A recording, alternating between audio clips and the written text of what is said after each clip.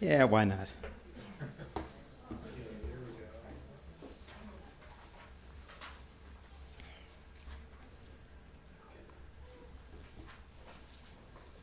My name is Dennis Speed, and on behalf of the LaRouche Political Action Committee, I want to welcome you to today's town hall meeting with Lyndon LaRouche for August 31st.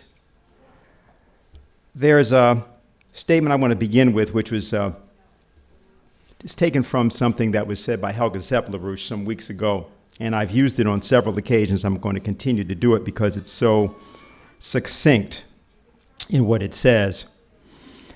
She stated, "The alternative, obviously, is that we have to have a new paradigm where the future of mankind has to be organized by scientists and classical artists, because these are the only two essential groups of people who believe in verifiable universal principles." And Lyndon LaRouche, that is, has been stressing all the time that you have to have politics based on the physical laws of the universe. And the only people who know that are people who believe in discovery, which is universal, because you can replicate it through experiments around the world. And that is a question of science. That's not a question of opinion. So the application of science and classical art principles, as in the great classical compositions, that has to become the basis for politics. Now, with respect to art, the way in which we as an association in various ways have demonstrated this is through our choruses, because as a result of a combination of conversations and experiments done starting in approximately 1985-86, at the instigation of Lyndon LaRouche, we established that the A440 tuning that had been in prevalence globally from 1939 was not only wrong, it was not only destroying human voices, but that it was opposite to the intent of the classical composers, and that you actually couldn't hear either the pieces of music, nor could you actually understand the poetry and prosody of the music unless you changed the tuning. This was a complete revelation at that time in the classical music world. It is not the same as the various expressions called A432 that you'll see on the web. It is not the same thing. We are talking about something utterly different, in which what we have been able to do is demonstrate the primacy of the human voice, and that the C256 tuning, which does correspond to an A between an interval of approximately 427 to 432, so A432 is not wrong, but that idea of the human voice speaking and singing properly is actually the basis, from our standpoint, of the establishment of a universally reproducible scientific principle in art, that you can teach anyone to sing because everyone that can speak can sing. And that there may be better voices in some sense, better trained voices and so on, but there is no one that cannot sing. And singing and speaking, matter of fact, as the poet Shelley puts it, before there was human speech, people sang. And so that's the conception that just I wanted to reference with respect to this. Now, the week has been, chaotic. There have been a lot of things that have happened. The Green Menace has arrived in the form of Greta Thunberg, but it's not really her. She just happened to get off the ship. She's a little bit like Pirate Jenny, as those of you who know the Three-Penny Opera. But that she's not the originator of it. And you have a lot of other peculiar things. You have a character by the name of Bill Dudley, who was formerly the New York chairman of the Federal Reserve, who's making these statements about how the central banks have to basically demonstrate to the President of the United States that they know better than he does. that you cannot have trade war with China or any such thing, and they are going to have to teach him a lesson which may cost him the 2020 election if he doesn't follow their advice. So that's one character. And then there's this character named Carney, who we talked about last week, out at the Jackson Hole, Wyoming. And he was making announcements. He's from the Bank of England. He was essentially talking about replacing the dollar and going to some sort of cryptocurrency. But when you're talking to these people, they have to realize most of them are essentially rejects from central casting for Night of the Living Dead. So when they talk about cryptocurrencies, that's the crypt they're referring to.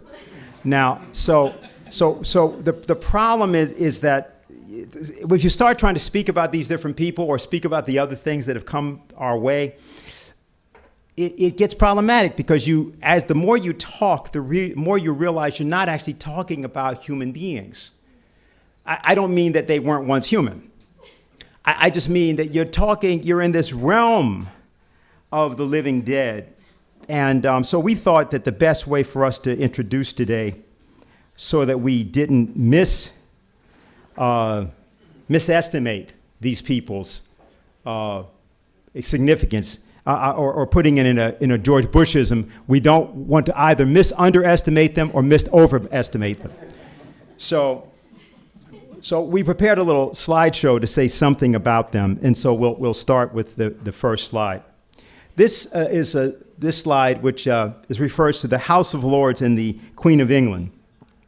As some of you know, there's been this pronouncement that Donald Trump cannot be made president in 2020 in an election because it will be counter to the interests of the British Empire.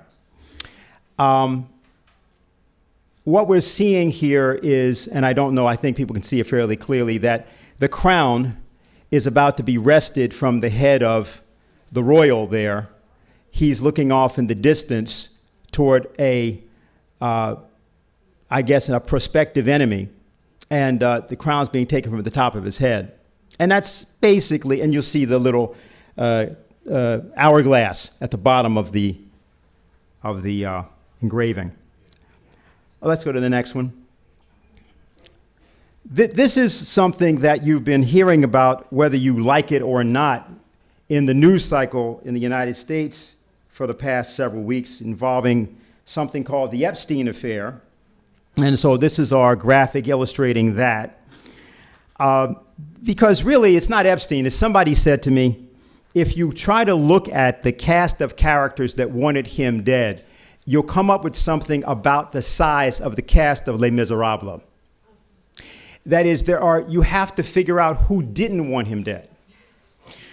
And importantly, it's because he himself was merely an intersection point for a lot of other things. He was sort of like a traffic cop who represented not anything unique, but just something whose time had come. And the Ghislaine Maxwell, the missing Ghislaine Maxwell,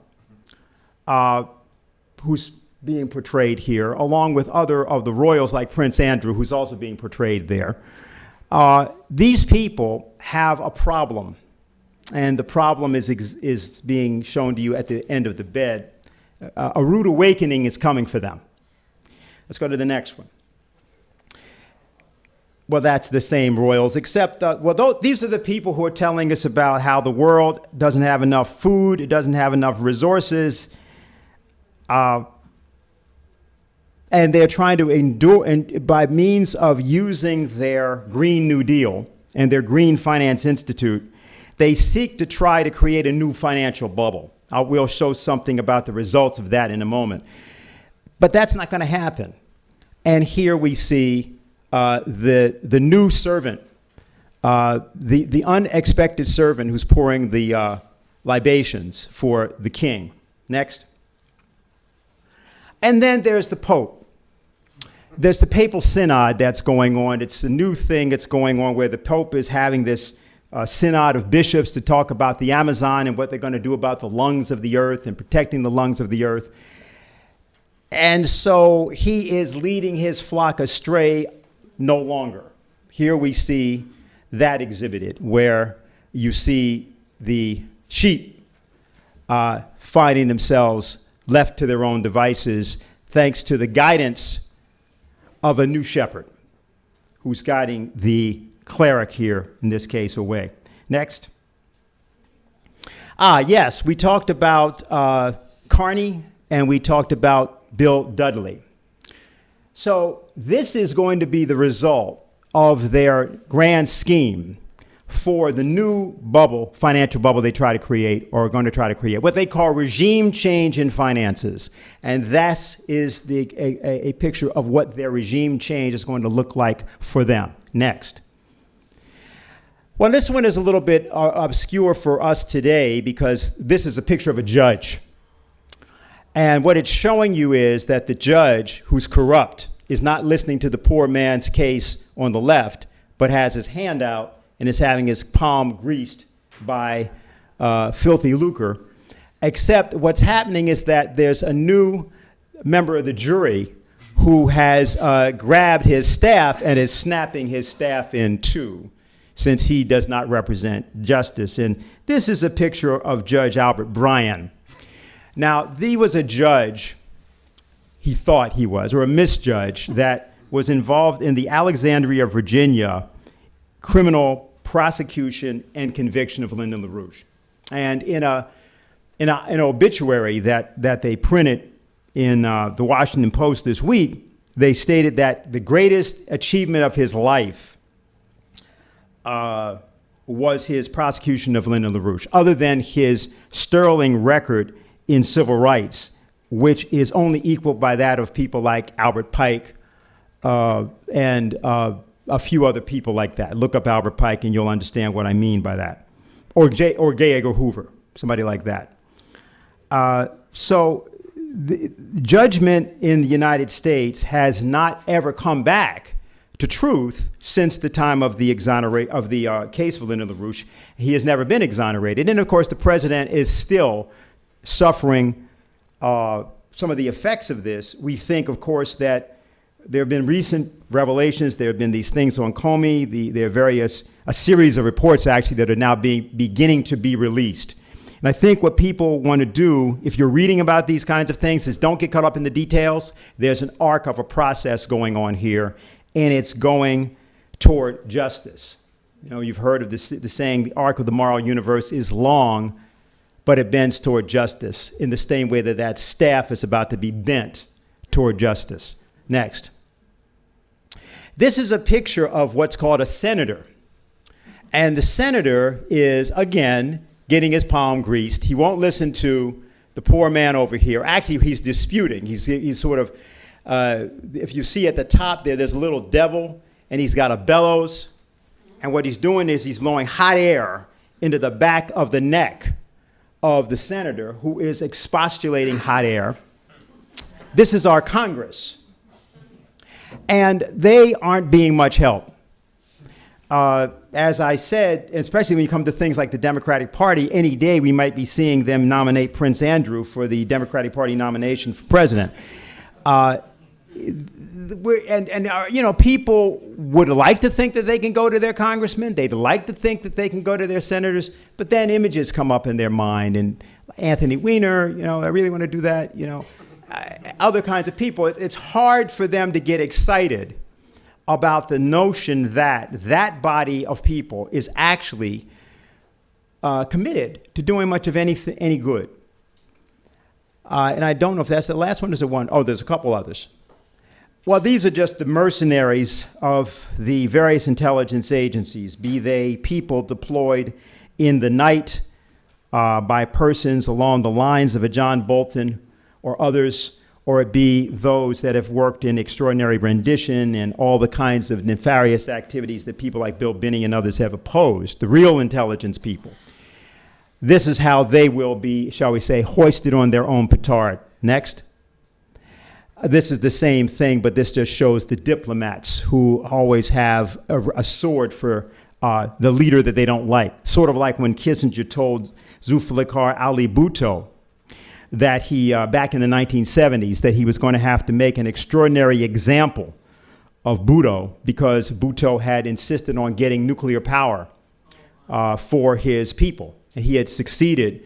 He'd been in the nuclear field himself, and over a period of 19 years, he got them nuclear reactors and finally got them to the point of getting the closed cycle, the breeder reactor cycle. And so Kissinger's diplomacy consisted of the execution of Zulfikar Ali Bhutto. Let's go to the next one. And this is the final one. This one shows Death assisting a very poor farmer in driving his horses and cattle and trying to finish tilling the soil. And you see off in the distance the church, which is illuminated, because this is a case in which death, as in Brahms's third serious song, plays a different role. A role not merely of consolation and rest, but given the condition of the individual and his inability to change anything among the people that you've seen that have gone before him, or the forces that have gone before him, the best he can hope for out of his toil, which has been honorable and has been just, is rest. We don't accept that that is where the people of the United States or the people of any other country are. We don't accept the idea that people are helpless in the face of these forces. There is a British oligarchical deployment through House of Lords, Bank of England, City of London, and through the Green New Deal, which is intending to portray the idea that there's only this inevitable march toward death, a march toward scarcity, a march toward austerity, a march toward depopulation, a march toward control. But in fact, it's been Lyndon LaRouche's assertion, as he said in a book by the same name, that there are no limits to growth. We don't believe that in a world in which we know about the existence of galaxies, such as IC 1101, which contain 100 trillion stars, that there are actually limits to the resources available to an intelligent humanity. So when we hear that the Chinese are doing something in investigating new developments around craters on the moon, or when we hear they're sending their rover to do that, or we hear that the Indian government is about to land a spacecraft in the South Pole by September 7th, we hope, or we hear that the United States is going to return to the moon in 2024, this is not India or China or the United States. This is the human race. This is us.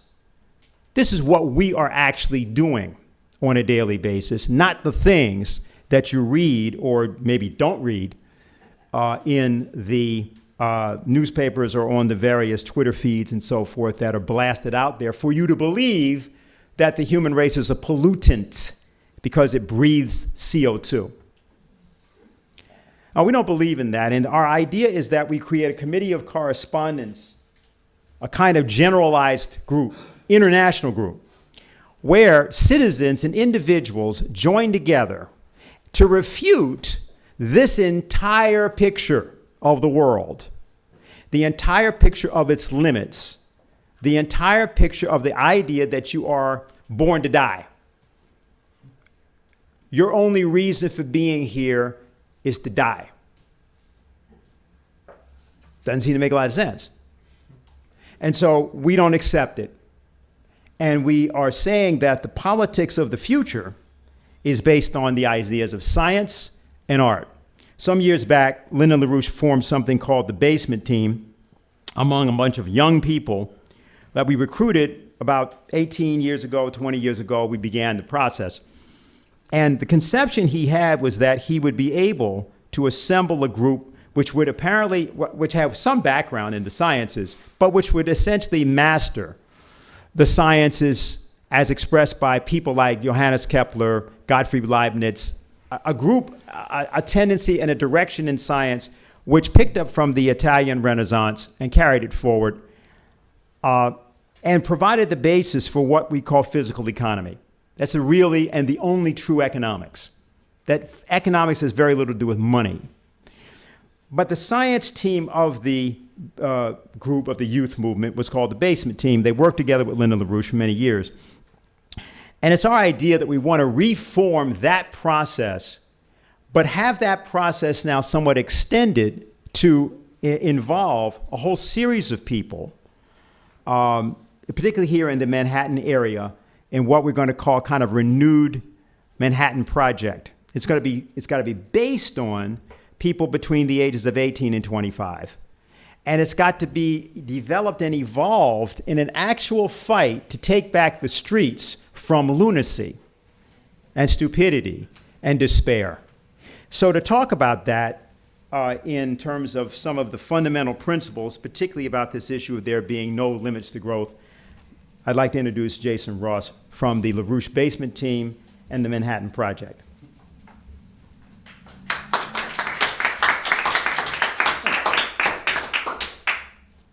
Thank you, Dennis. No problem. So there are no limits to growth beyond those that we impose upon ourselves by not doing things that we could. I'm here with a positive message that you should not be afraid of the monster. Everyone should not be afraid of the monster under their bed, because there isn't one. And people are being terrified about things that simply are no reason for concern right now, and you being stampeded into actions that are going to destroy their own self-interests. So the human species has a destiny that goes beyond the planet. Unlike camels or plants or insects, even if they fly, the human species uniquely can get off of the Earth, can go out into space, has landed with people on the moon, walked around, driven a car up there. This is phenomenal. We're the species that's going to be able to bring life to other places in our solar system, in the universe. That's a big responsibility that we have. We're in charge of life right now, as far as we know. That's a big task. So when we think about what we can discover up there, how we can work together up there, the idea of worshiping the supposed sacredness of the way the Earth happens to be right now seems a little bit small-minded. Okay, so in the west of the United States, it's dry. A lot of it's very arid. Now go back a few tens of thousands of years, and it was a forest. Should we preserve it the way it is just because it's like that right now? Would it be better if it's a forest? How about a desert? Deserts come, deserts go. Is there something good about the fact that it just happens to be a desert someplace on Earth right now? Or would it be better if it was lush and green and full of things that we could eat, for example? 95% at least, far more than that truly, of all species have gone extinct. Life is always changing. There's been some billions of years of life. Most things are gone, replaced by, overall, better life, higher forms of life that use more energy, that use more of the elements in the periodic table. We're part of that overall development. We transform how we live. We use new resources. We use more energy. We are, in one species, what the biosphere expresses over millions of years. We do it in historical time. We create, by our actions, a kind of time that doesn't exist for rocks or for lizards, and you might say sort of exists on the evolutionary timescales. But we can do that in a moment when a new idea is created. That's a sacred thing about every human being. So, unfortunately, this beautiful ability to discover is itself under attack with the claim that science destroys the planet or makes us unhappy and so forth. And we're being told that the Amazon is burning up and these are the lungs of the planet, that emitting CO2 is going to doom all of us, that using a straw, your straw is without doubt going to wind up in the nose of a sea turtle on the other side of the planet. And you should feel very bad about yourself if you use a straw. And if you use a paper straw, you're going to feel very bad about your drink. Also, not only is that straw going to be in the nose of a turtle, but if you dared to use a plastic bag to carry something, you just murdered a turtle. It's dead because of you. Because we all know that bags thrown in a trash can in New York City are going to wind up out in the Pacific somewhere. That's how it really happens. So shame on you. Bags are evil. You should just be one of those good people that don't use grocery bags because they can afford Fresh Direct. That's what you should be. In fact, overconsumption is destroying the planet. You should feel very bad about consuming things. And you should also ignore the fact that billions of people cannot consume enough. Are people dying of poverty over-consuming? Were they overwhelmed by choices in Whole Foods and in need of a therapist to talk about their choice fatigue? I don't think so.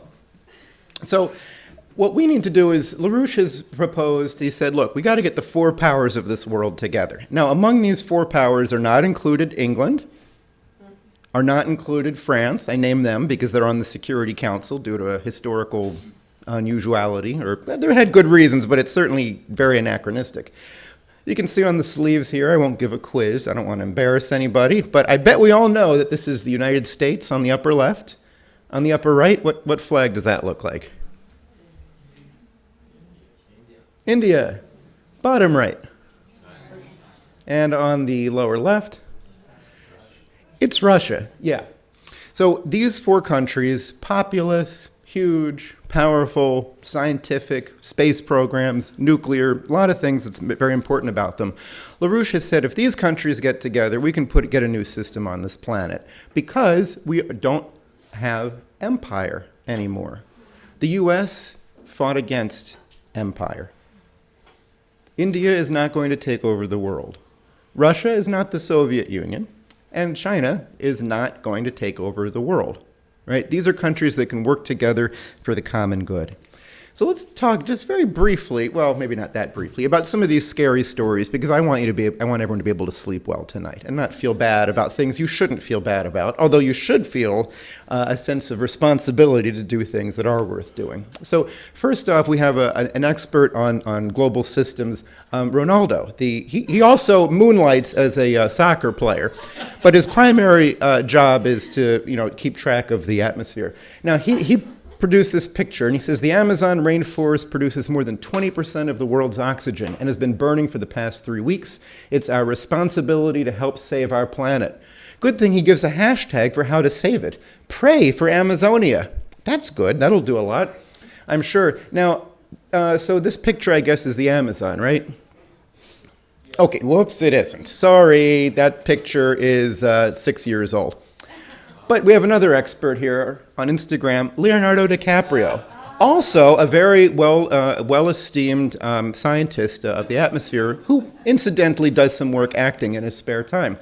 He put up a picture here. He says, terrifying to think that the Amazon is the largest forest on the planet, creating 20% of the Earth's oxygen. Basically, the lungs of the world has been on fire and burning for the last 16 days running with literally no media coverage whatsoever. Why? Has anyone heard of the Amazon burning? No. Has there been so you didn't notice a lack of media coverage of it, right? No. Yes. Okay, yeah. So once again, this is a disturbing picture here of a fire that we see in some trees. This was taken by a photographer who died in 2003. So this was, once again, a slight mistake, but for a busy scientist like this, such errors are unavoidable. Now here we have another one, Emmanuel Macron. Has anyone ever heard of him? No. Well, he's a bad actor who incidentally is the president of France. Now, he used the same picture as DiCaprio. They were discussing this at one of their theater guilds. And he says, our house is burning. Literally. Now, I don't know if anyone told him that Brazil might not be his house, but anyway, our house is burning. Literally, the Amazon rainforest, the lungs, which produces 20% of our planet's oxygen, is on fire. It is an international crisis. Members of the G7 summit, let's discuss this emergency first order in 2 days. So Macron was hosting the very important G7, where very important countries of the world get together to talk about important things. And it just so happens that they didn't invite Russia, which was kicked out some years ago, but it does include Canada. So this is a very serious international grouping here. Macron was saying what we need to do is we've got a responsibility to protect those trees.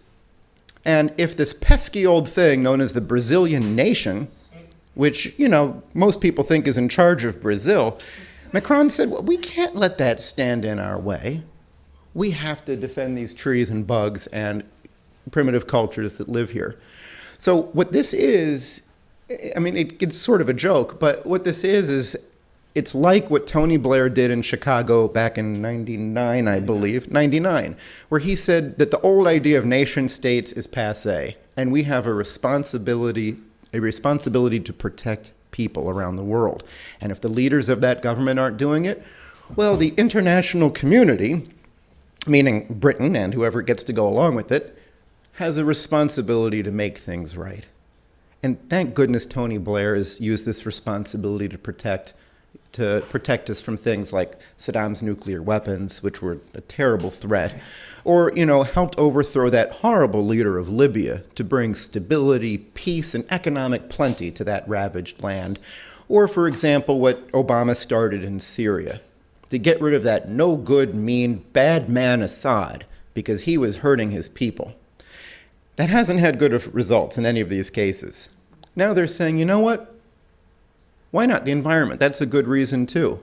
Why should these pesky countries with their governments elected by people get in the way when we know what ought to be done? So we should sanction Brazil. This is I think maybe I've said enough about that. Here's a chart of fires. This was not the most fires ever. Most of the reporting says it's up 70% from last year. It's like, well, you could look at data more than 1 year ago. So, yeah, so it's just a hoax. Also, this lung thing. I mean, what does that mean, to be the lung of the planet? So, first off, the numbers are wrong. The Amazon doesn't make 20% of the oxygen. It makes about 10%.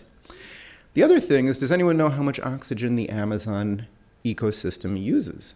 10%. Yes, about 10%. As much as it makes.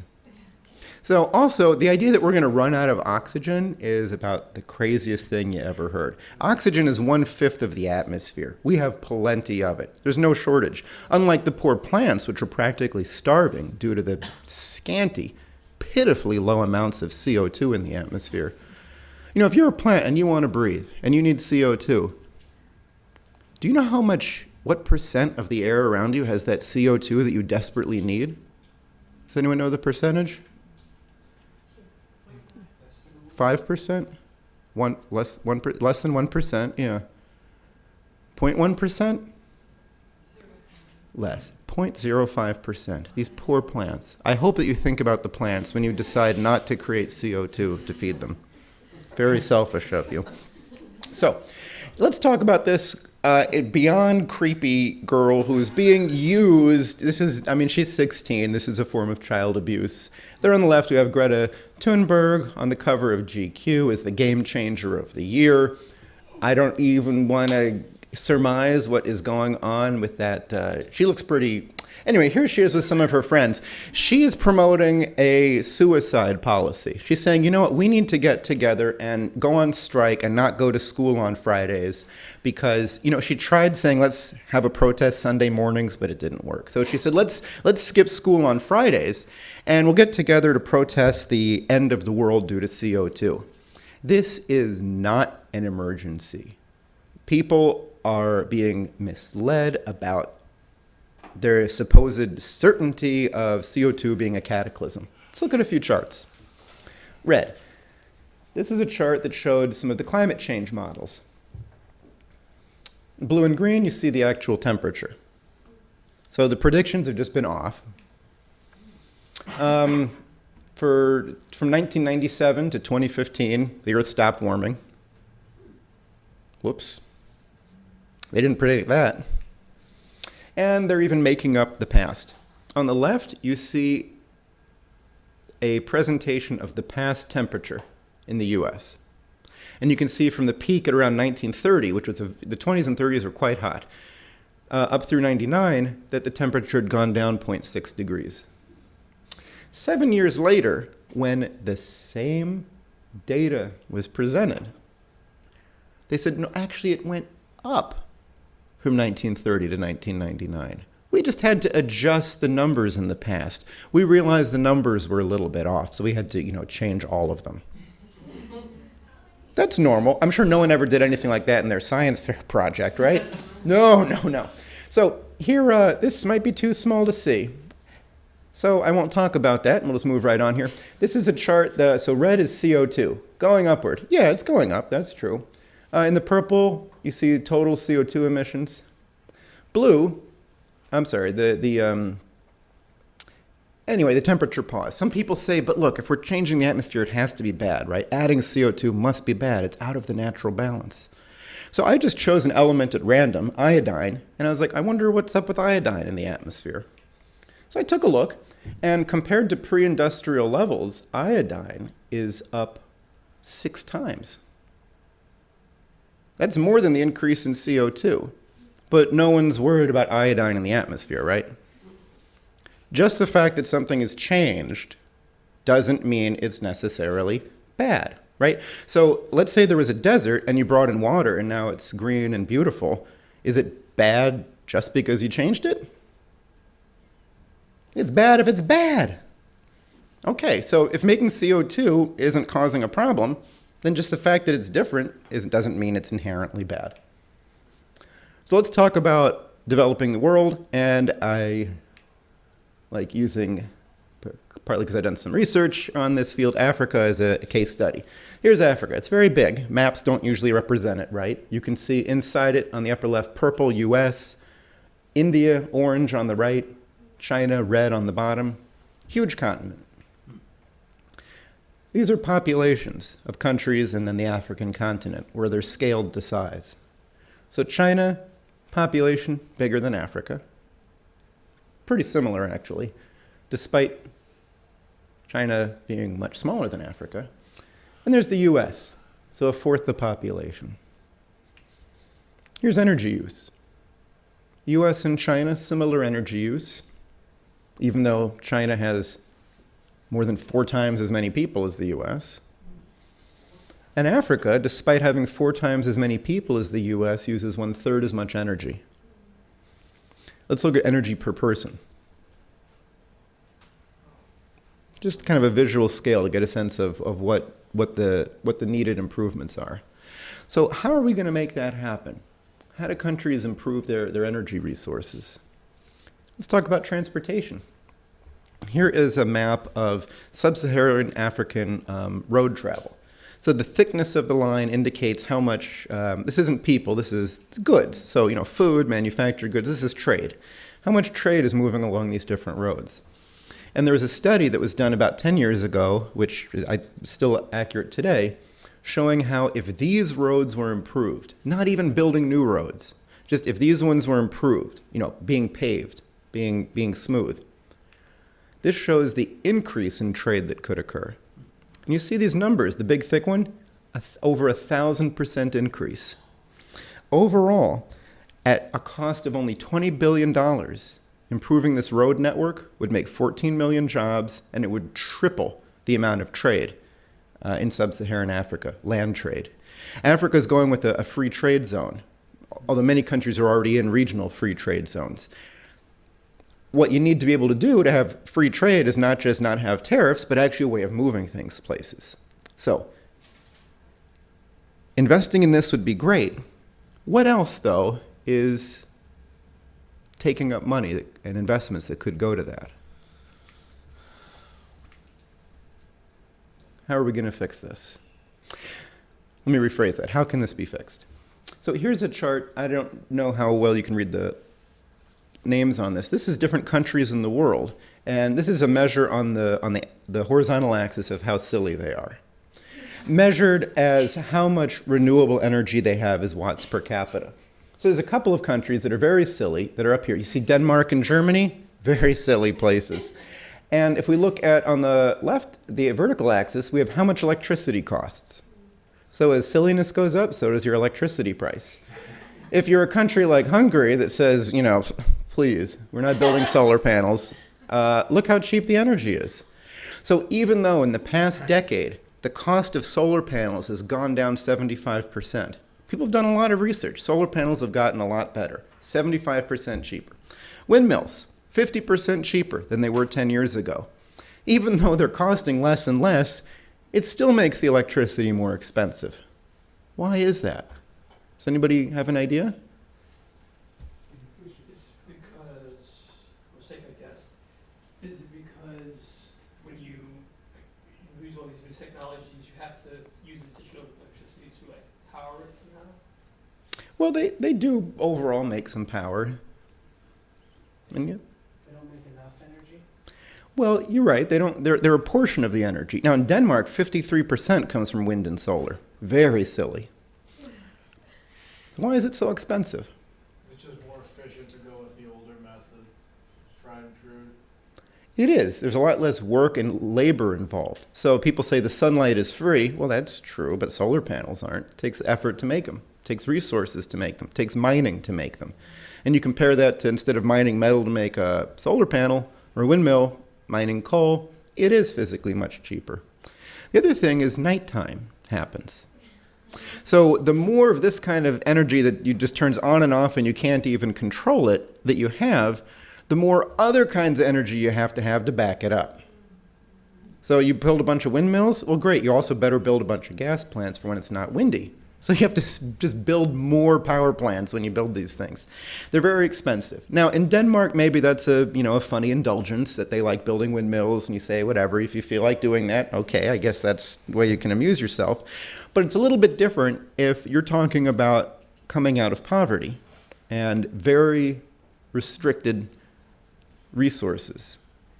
Throwing money away on a windmill could mean that it does mean that people are dying right now, because energy resources are being denied. Here's a map of the world at night. We'll focus right on the middle there. On the left, this is what the African continent looks like at night right now. And on the right, you see our vision for 2 generations from now. Developed, light, bright. How will that happen? It's going to happen with having plenty of energy. And trying to shut down CO2 will deny the possibility of this. Even with nuclear power, we're just going to have to also build other things as we're developing new technologies. Let me show a few charts about what it means to say we need to cut back on CO2 and why that's essentially saying we need to kill people. Here's a chart where you see more CO2 emissions per person versus dead infants. Does anybody see a trend? If you're in a country that has very low CO2 emissions per person, what's happening to the babies born there? They're dying. It's a pretty clear trend. CO2 emissions versus life expectancy. Now, this doesn't mean if you let your car idle when you get home, you're going to live longer. But it says something about an economy as a whole. Again, I think that's pretty clear to see, isn't it? CO2 emissions and mortality for kids under 5. So not just newborns, but children overall. Look at that. Huge drop. Undernourishment goes down in countries that have more CO2 emissions. Now let's look at it another way. Let's look at using more electricity versus life expectancy. Clear. Electricity use versus infant mortality. Again, clear. In fact, you almost see 2 different kind of trends here. You see for the first half of the graph, infant mortality going in a certain way, decreasing in a certain way, and then it seems to pick up steam. That once you've got a certain level of energy, what you can do as an economy as a whole, because of that higher energy flux density, you unlock not more of what technologies already existed, but now you can use new ones altogether and further bring down infant mortality.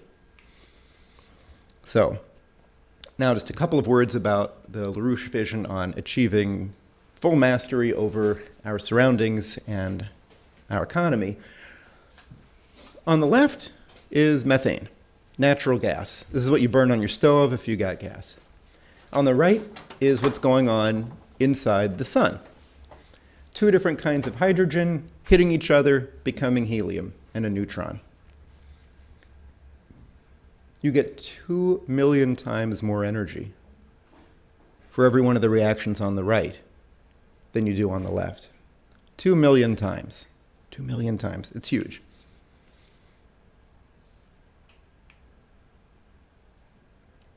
Understanding how to make that process work, how the sun works. This is the best kind of solar power. Make a sun. This is going to be what we're going to need to go beyond where we currently stand in space, for example. This is the Orion capsule on its way to the moon with with the next Americans going to set foot on it in 2024. This is the Artemis mission, our current U.S. plan. We can go to the moon with chemical rockets. China has gone to the moon, landed on the far side of it. Its little rover just found something interesting the other day on the moon. This is the takeoff in India of the Chandrayaan-2 rocket, which is sending a little device to the moon that's going to land on the South Pole. First time ever. So we've got the US about to have the first in 50 years landing on the moon. China, first landing on the far side of the moon. India, first landing on the South Pole of the moon. The moon is where it's at in terms of where we're going to be able to work together to cooperate and then to develop the new technologies. They're going to make it possible to increase those energy levels way beyond where we can do right now. If we're going to be having 10 times as much energy use per person due to having awesome transportation, totally new kinds of manufacturing and machining and resource extraction and all of this, we're going to need a new kind of power. Not burning things, but nuclear. And we're going to have to cooperate internationally to make that happen.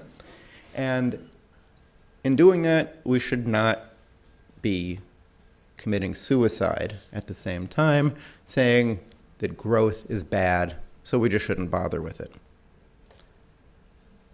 That's an evil outlook, and we should not be evil. Okay, that's what I had to say today. Good.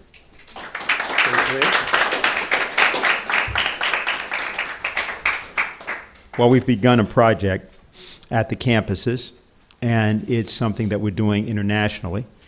And it's going to be followed by a series of actions that we're going to take. And it's in a time-honored tradition. And to tell you about that, we have Daniel Burke, who is also a U.S. candidate for Senate in New Jersey. So, Daniel. Thank you.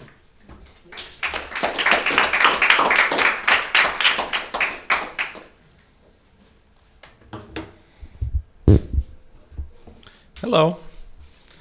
Hello, Dan. Hi, Duncan. How are you? What Dennis said is the case. I am an is it available? Okay, very good. You can put it up. I'm a candidate for U.S. Senate in New Jersey, and I'm here today as a representative of the LaRouche movement internationally. I want to share with you what we're doing on the campuses already and what's the intention. And it is international. I'm going to share with you all of the locations across the world where we're doing it and how we're fighting to bring more people into it. But I want to ask the question, what's the character of a successful revolutionary youth movement?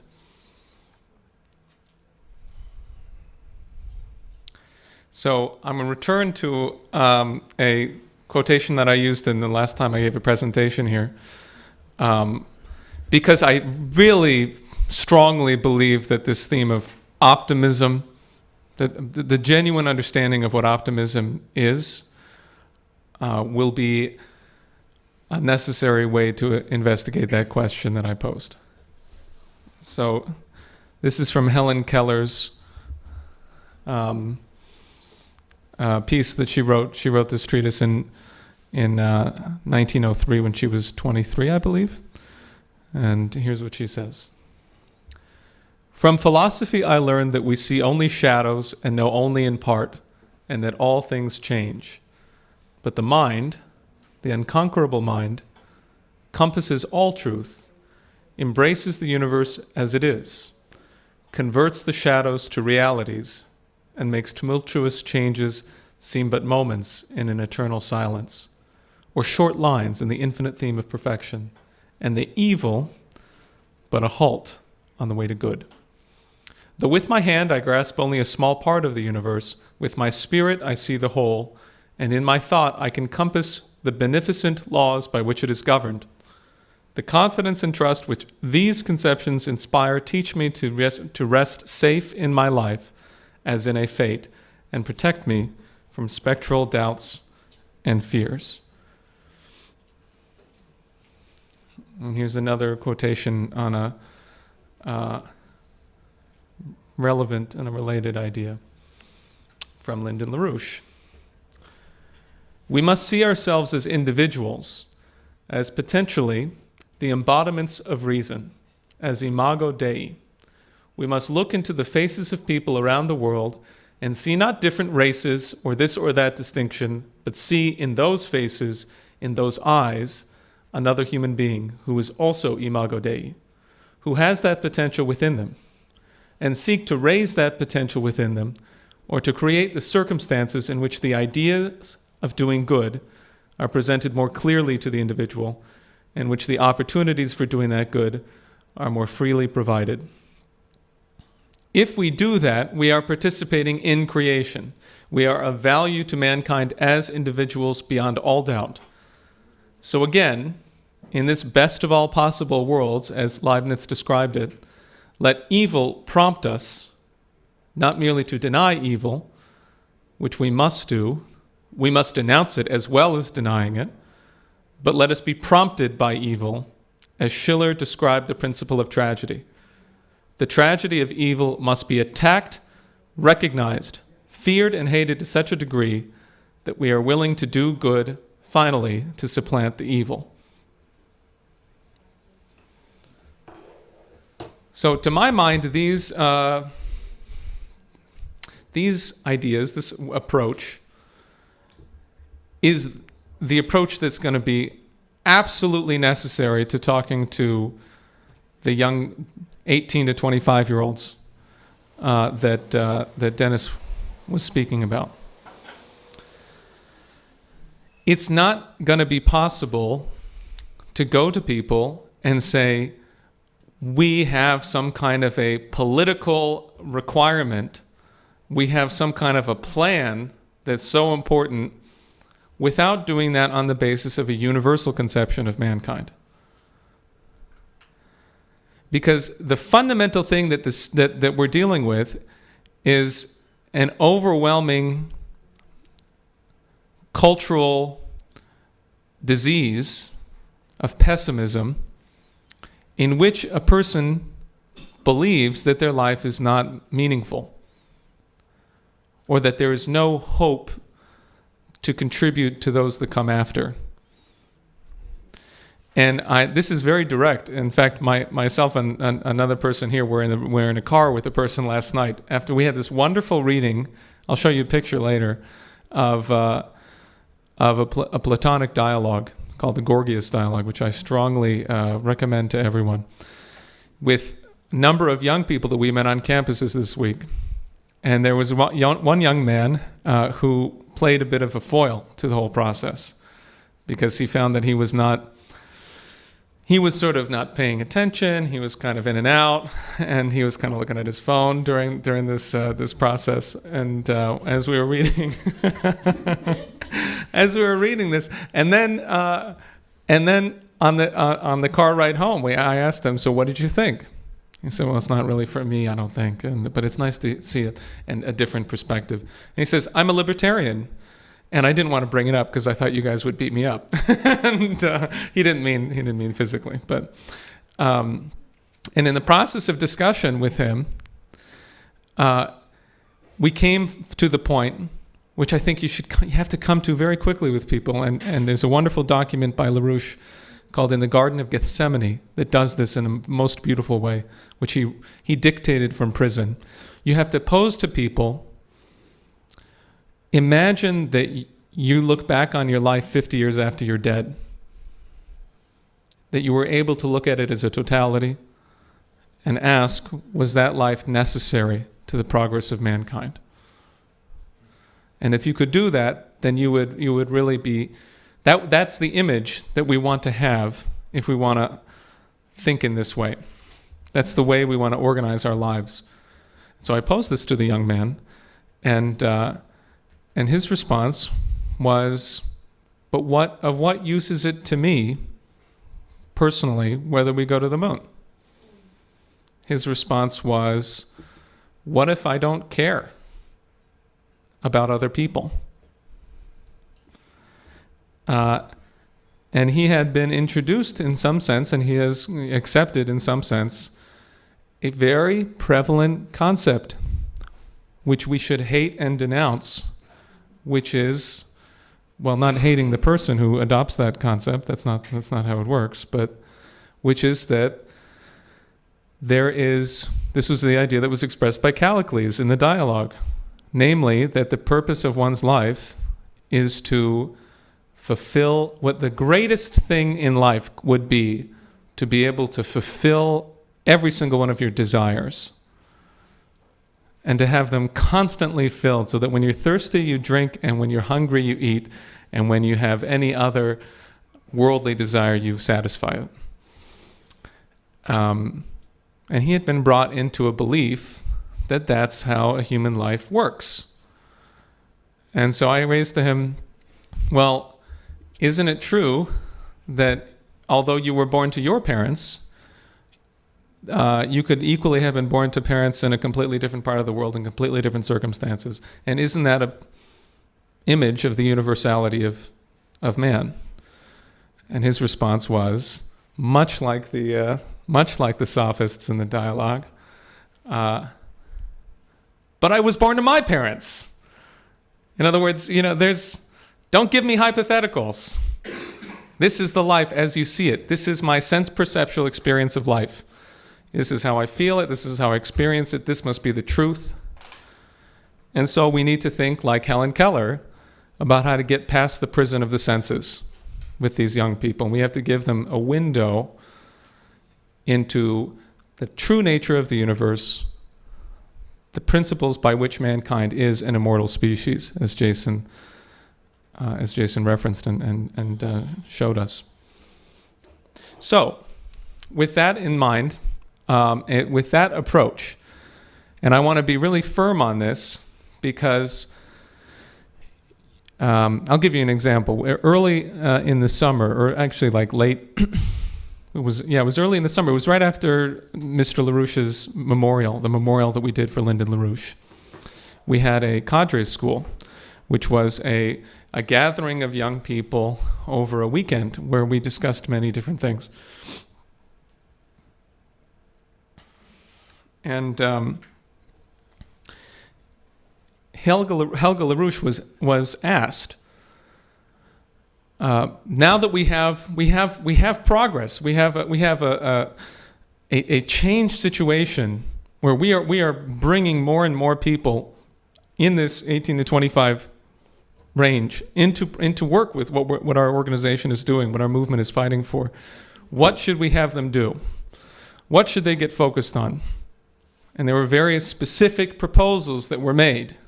We could deal with this subject. We could deal with the U.S.-China relationship. We could get them totally focused on this subject. We can get focused on that subject. And her response, these were all reasonable thoughts to have, but her response was, no, not at all. You have to focus on the whole thing, the new paradigm. In other words, the future we fight to create, which is not held in one issue or another. It doesn't work like that because the mind, as Helen says, is universal. It encompasses all things. And you must regard the young people that you meet from this standpoint. That's my view. So, here's what we're doing, right? Here's some pictures from this week. We've been out on the campuses. We've been enjoying ourselves very much, mainly in Manhattan, but next week all over. And I'll reiterate that this is moving towards something which I expect everyone to participate in, which is the International Days of Action that our movement will have September 10 and September 12, which is a Tuesday and a Thursday. This is at a campus in the Bronx. The sign, we don't have the best pictures of the signs. The sign says on the front, we commit to the Moon-Mars mission. There are no limits to growth. And we have a whole range of other things out there. There it is. And on the top we have, will you join LaRouche's paradigm, which has an image of the World Land Bridge. And at the bottom, it actually includes the Artemis program. So there's a picture of the moon, there's a picture of Mars, and talking about how we're going to get there.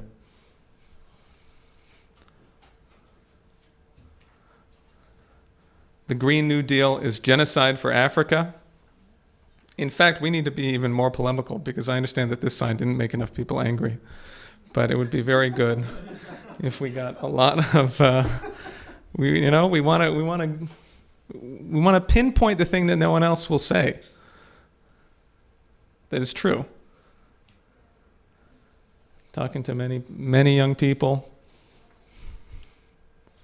This is an image from the first evening that we met at our Plato reading. I'm not sharing this other than from the standpoint that we want to catalyze something. And this is something we want to catalyze internationally. We want to catalyze it across the country. I'm speaking to the audience of our national and international movement, and I'm saying to you, wherever you may be, that this is the kind of thing that I believe follows through on that approach that LaRouche identified in the comments that I shared from him. Do it. Go back to this is a Renaissance. This is what the Renaissance was, right? The whole thing was that Nicholas Cusa and his friends, they went digging in the basements and the sub-basements of the libraries, and they pulled out the Platonic dialogues and they translated them. And then they got together and they read them. They read them in Florence, under the shadow of the Duomo. And many other places. Okay. Vladimir likes it.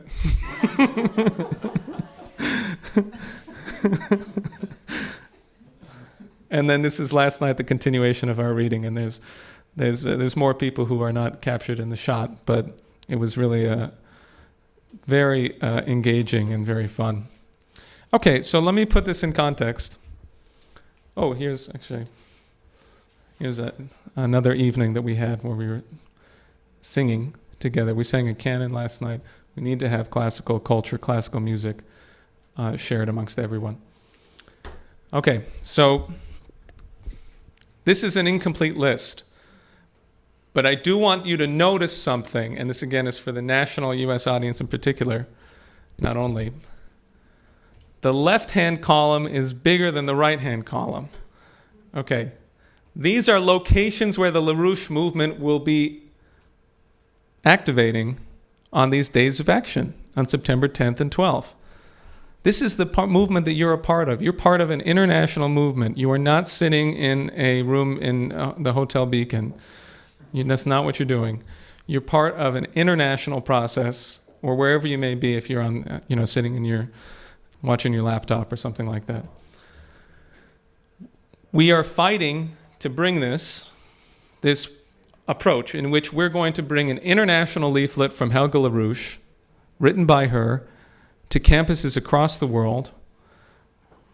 We want to, on that day, everyone sets up. We want to get video from every single campus and pictures from every single campus that we can compile together. And imagine what you'll see at the end of this, if we're successful.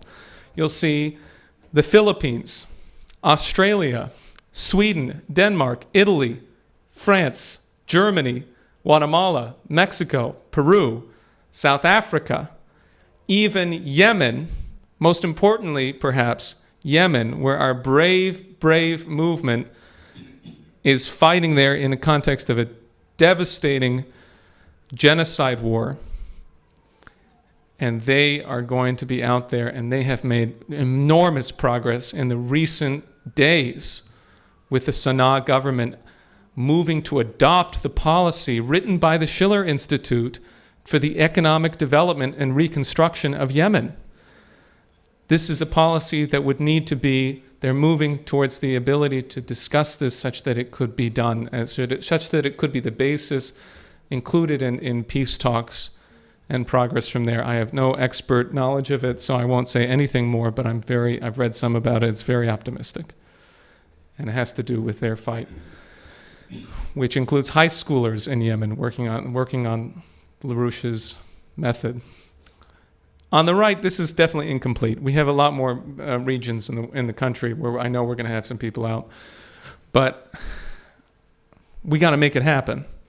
It hasn't happened yet, so we got to make it happen. But we have people in California, in Michigan, in Texas, Nevada, Virginia, New Jersey, New York, Massachusetts, Connecticut, Washington State.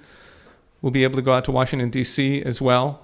Just yesterday, we had a rally in Washington, D.C. with some of our members from Baltimore, which I should have included on this list. And we have in the neighborhood of 20 to 30, perhaps a little bit more in terms of potential or active, like budding committees of correspondence all across the country. And so what I would like to be able to do is next week come to you with a map of every location across the world and in the United States where we're going to do this. And I'm doing this from the standpoint of recruiting you to join us in this, to catalyze the shift that's needed. Because this is an image from 2 days ago, maybe 2 days ago. This is at the United Nations, and this was what this whole Greta phenomenon has led to, or this is an expression of the Greta phenomenon. Today we rise, tomorrow we decarbonize, 100% renewable. Now, if you're at all.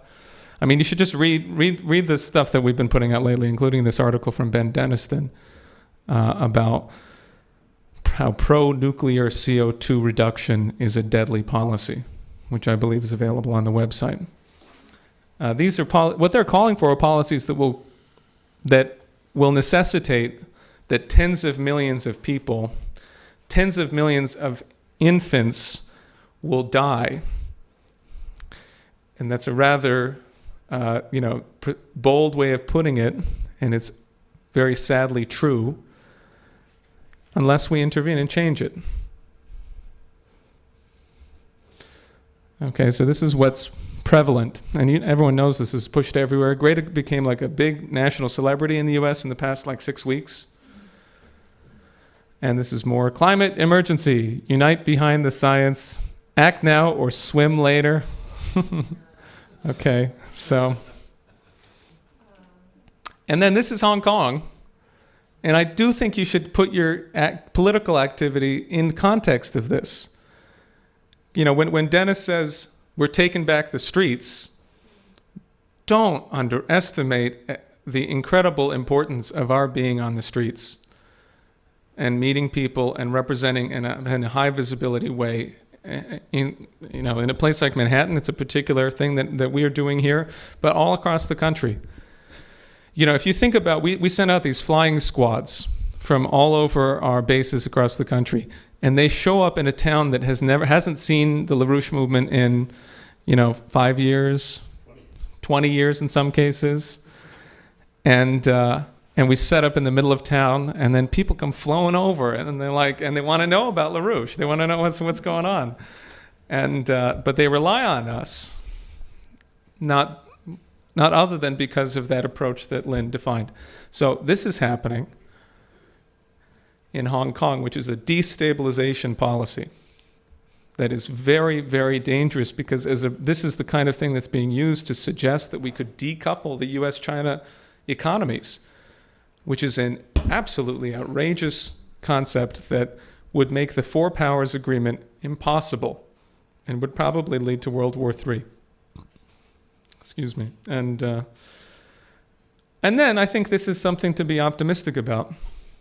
My view, I've been to 3 Trump rallies, and my view, and I've reported on it at this meeting just a few weeks ago when we went to New Hampshire, is that these people who are going to Trump's rallies, this is a rather low-quality image, but anyway, there's 15,000 people, 20,000 people, 30,000 people show up at these events. And my view is that this is a optimistic tendency in the country.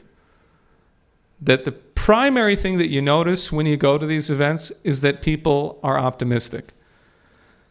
And it's true, there's some people that are not. We were just having a discussion yesterday about the people we meet in the street, and that sometimes you have people who really like Trump, but they don't like the space program, and those people tend to be duds.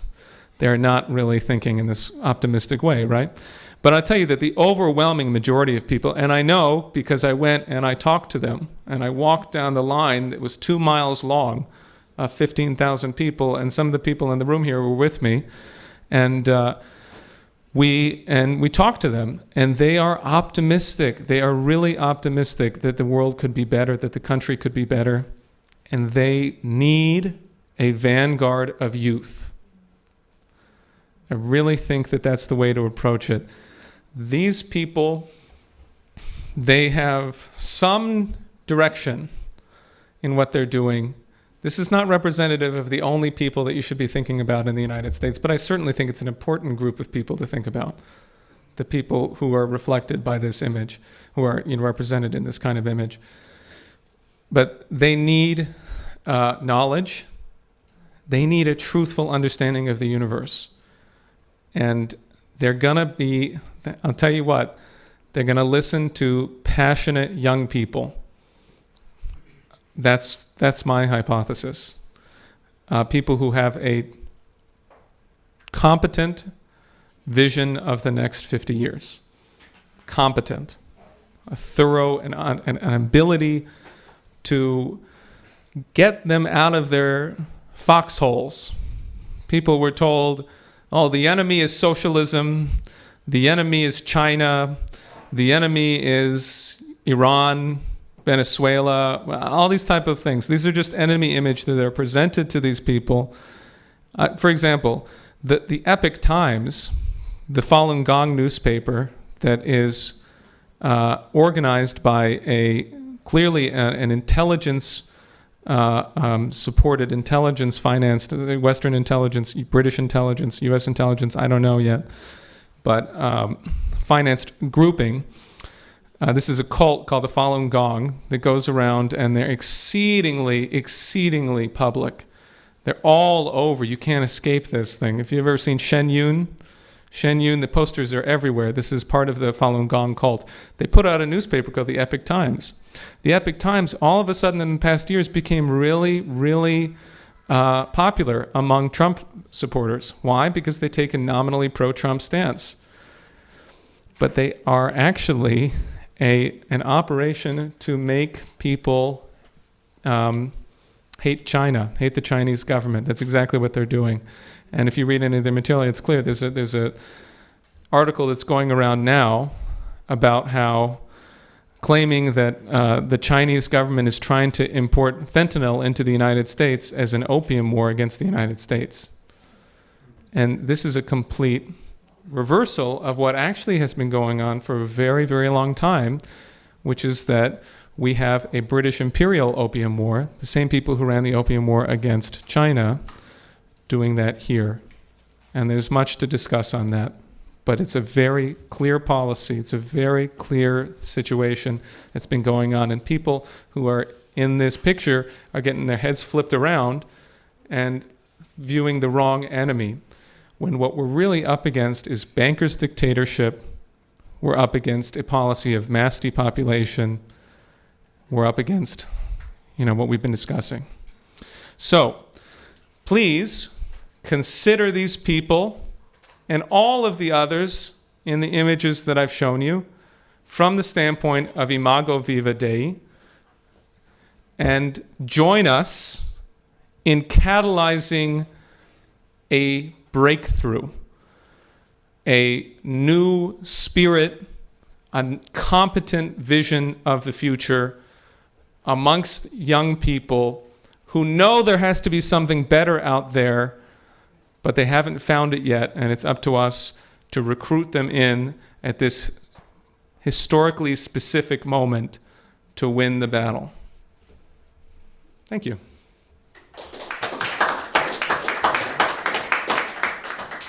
All right, so the floor is open for questions and discussion. I just would say one thing about this idea of the committees, so it's just clear. The notion is that we do know that 5 weeks from today, there will be, on the part of NASA, an International Observe the Moon Day. Now, they are going to have countries from all over the world, at least 150,000 people plus involved.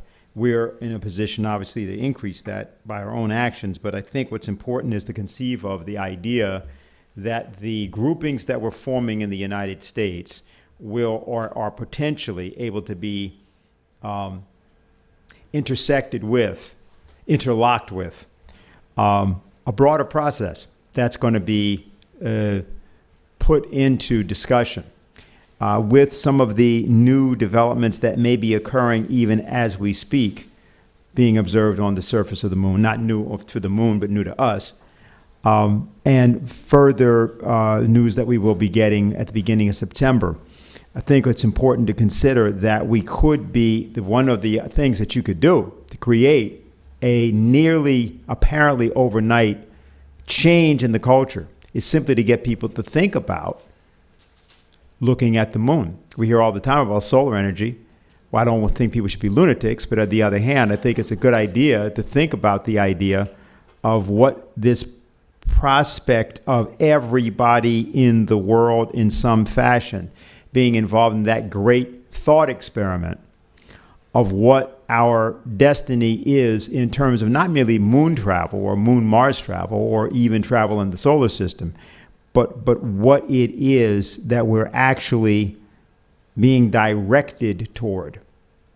Because, of course, light gives direction. And so it's one of these things that there are a lot of ways of talking about it. There's a lot of ways of thinking about it.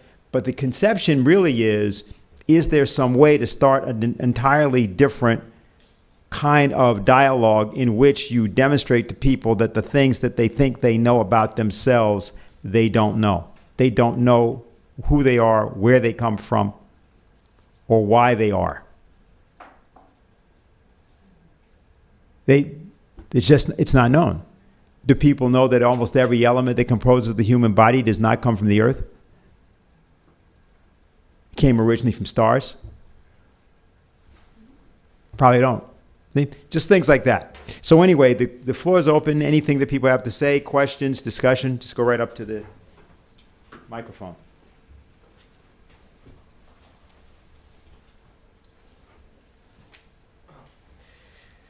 I have two questions. One, is it? How do I speak? Okay, is it good? Okay, yeah. Yeah, you're good. Okay, two questions. One, it was about the thing with the moon.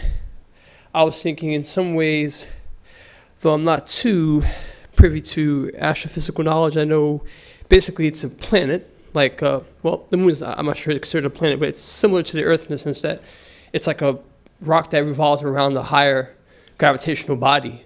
So it's possible we can, I don't want to say disintegrate, but change the perspective of how people consider the Earth in relativity to the moon by saying that the Earth is almost like a type of moon. So therefore, we should consider the moon sort of like a cousin to the Earth in some type of way, sort of like shifting the perspective, because people have it so where they consider Earth like a different species from the moon. Like if there's like two different creatures, it's like the Earth is like human and the moon's like some type of cockroach almost, right? It's like just some extra thing that's around, but if like we can sort of change it in that way. I was thinking if there was some type of possible way of doing a campaign around that. And the second question is, why aren't businesses protesting the cut down of CO2? I mean, there are a lot of businesses depend on that energy source to make money, so why aren't they getting, I mean, unless they are, but why aren't they getting more up an arm saying, listen, we can't have this shutdown of CO2? Why aren't they doing that?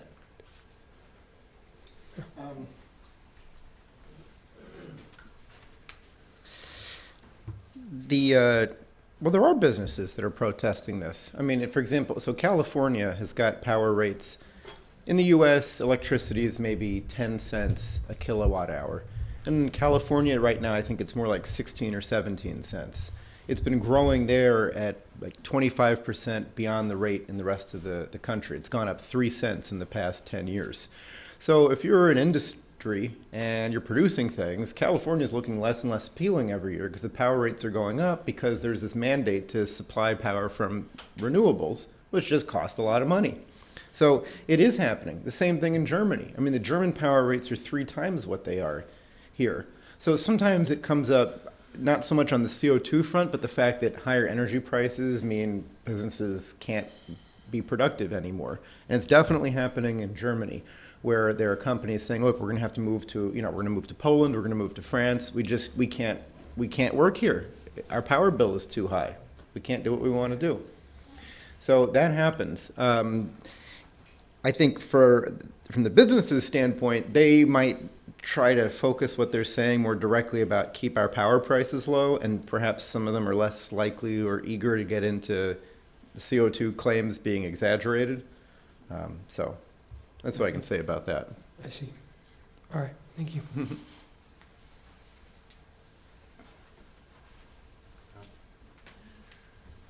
Hi.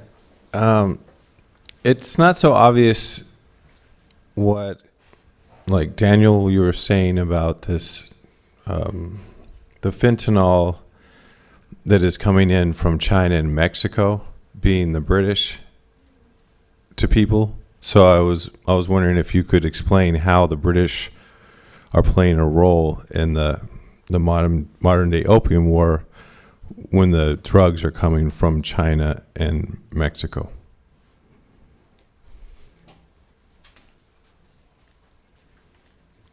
I don't know that that report is true. I've seen that report, and I don't know that it's true.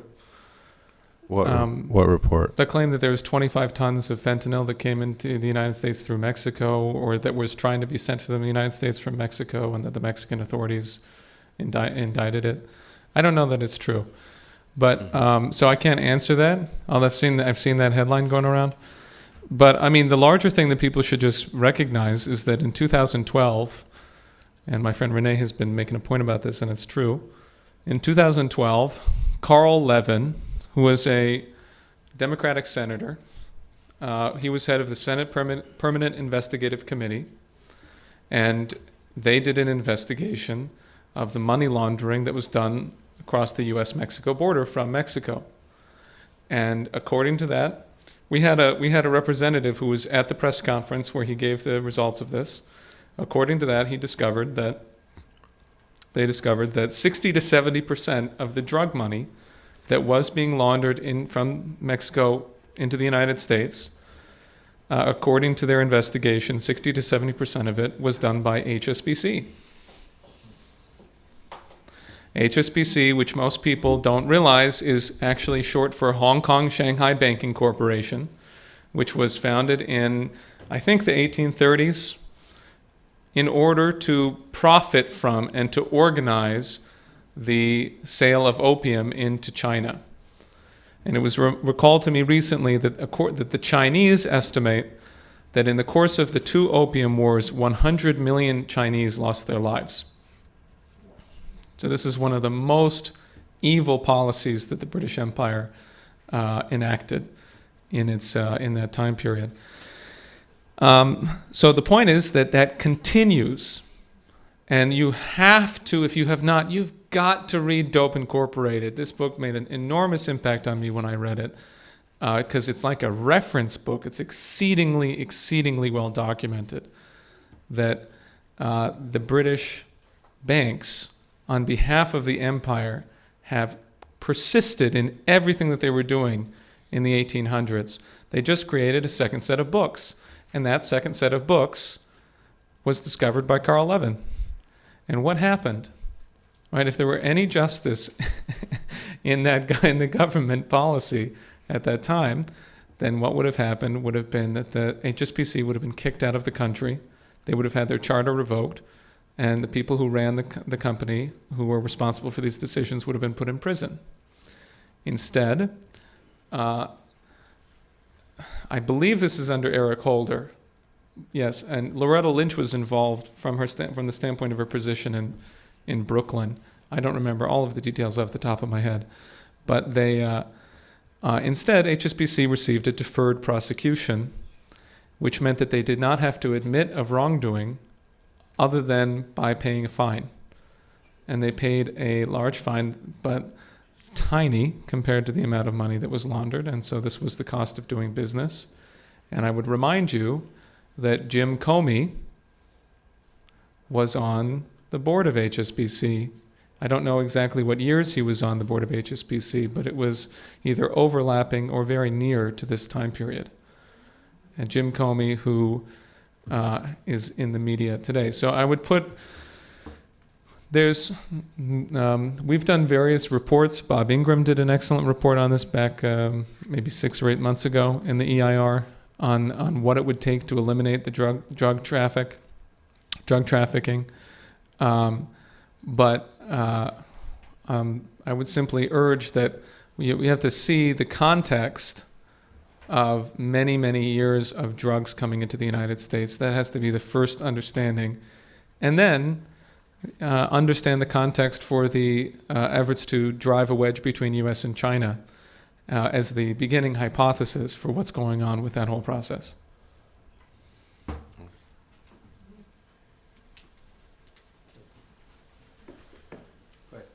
Hello, I have 2 questions.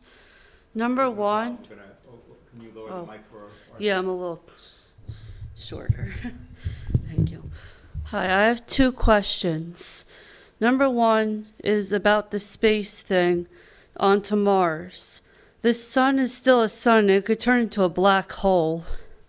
I don't know what time period, but we're going to be closer to the black hole. And we're going to be closer to the sun because Mars is closest to the sun. I'm just a little wondering how that would work. And I'm also wondering if you want to bring this project into other countries, how would they react? And what if they resist? What would we do? Could you just repeat the second part of your question, just because I was writing, I just wanted to hear it. The second part of your question. Oh, what would we do if the other countries resist, if we bring the project to the other countries? Okay, I'm just going to take the first part, and then Jason will take it, and I'll also respond to that, just because there are a series of things that have come up. I think there's a few things that are interesting that we want to make sure people know, and I'm glad we're having this discussion, because this exactly is the discussion, as far as I'm concerned, we have to have with the American people. It's the one we're having now. And in such a fashion that people can decompress from the way in which they have been abused by the purported glut of information that they're given. Mercury is the closest planet to the sun, and it has no moons.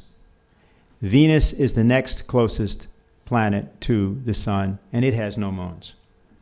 Earth is the next closest planet to the sun, and it has 1 moon. Mars is the next closest planet to the sun, and it has 2 moons. Now, the next planet is Jupiter, and it has 62 moons. And the next planet after that is Saturn, and it has 150 moons and moonlets. What happened? Also, Mercury, Venus, Earth, and Mars are very densely packed. Jupiter is gigantic and is like a bowl of gas, as is Saturn and Uranus as well, so on. So there's some difference here, and there's something called the asteroid belt, which I will let Jason say something about this,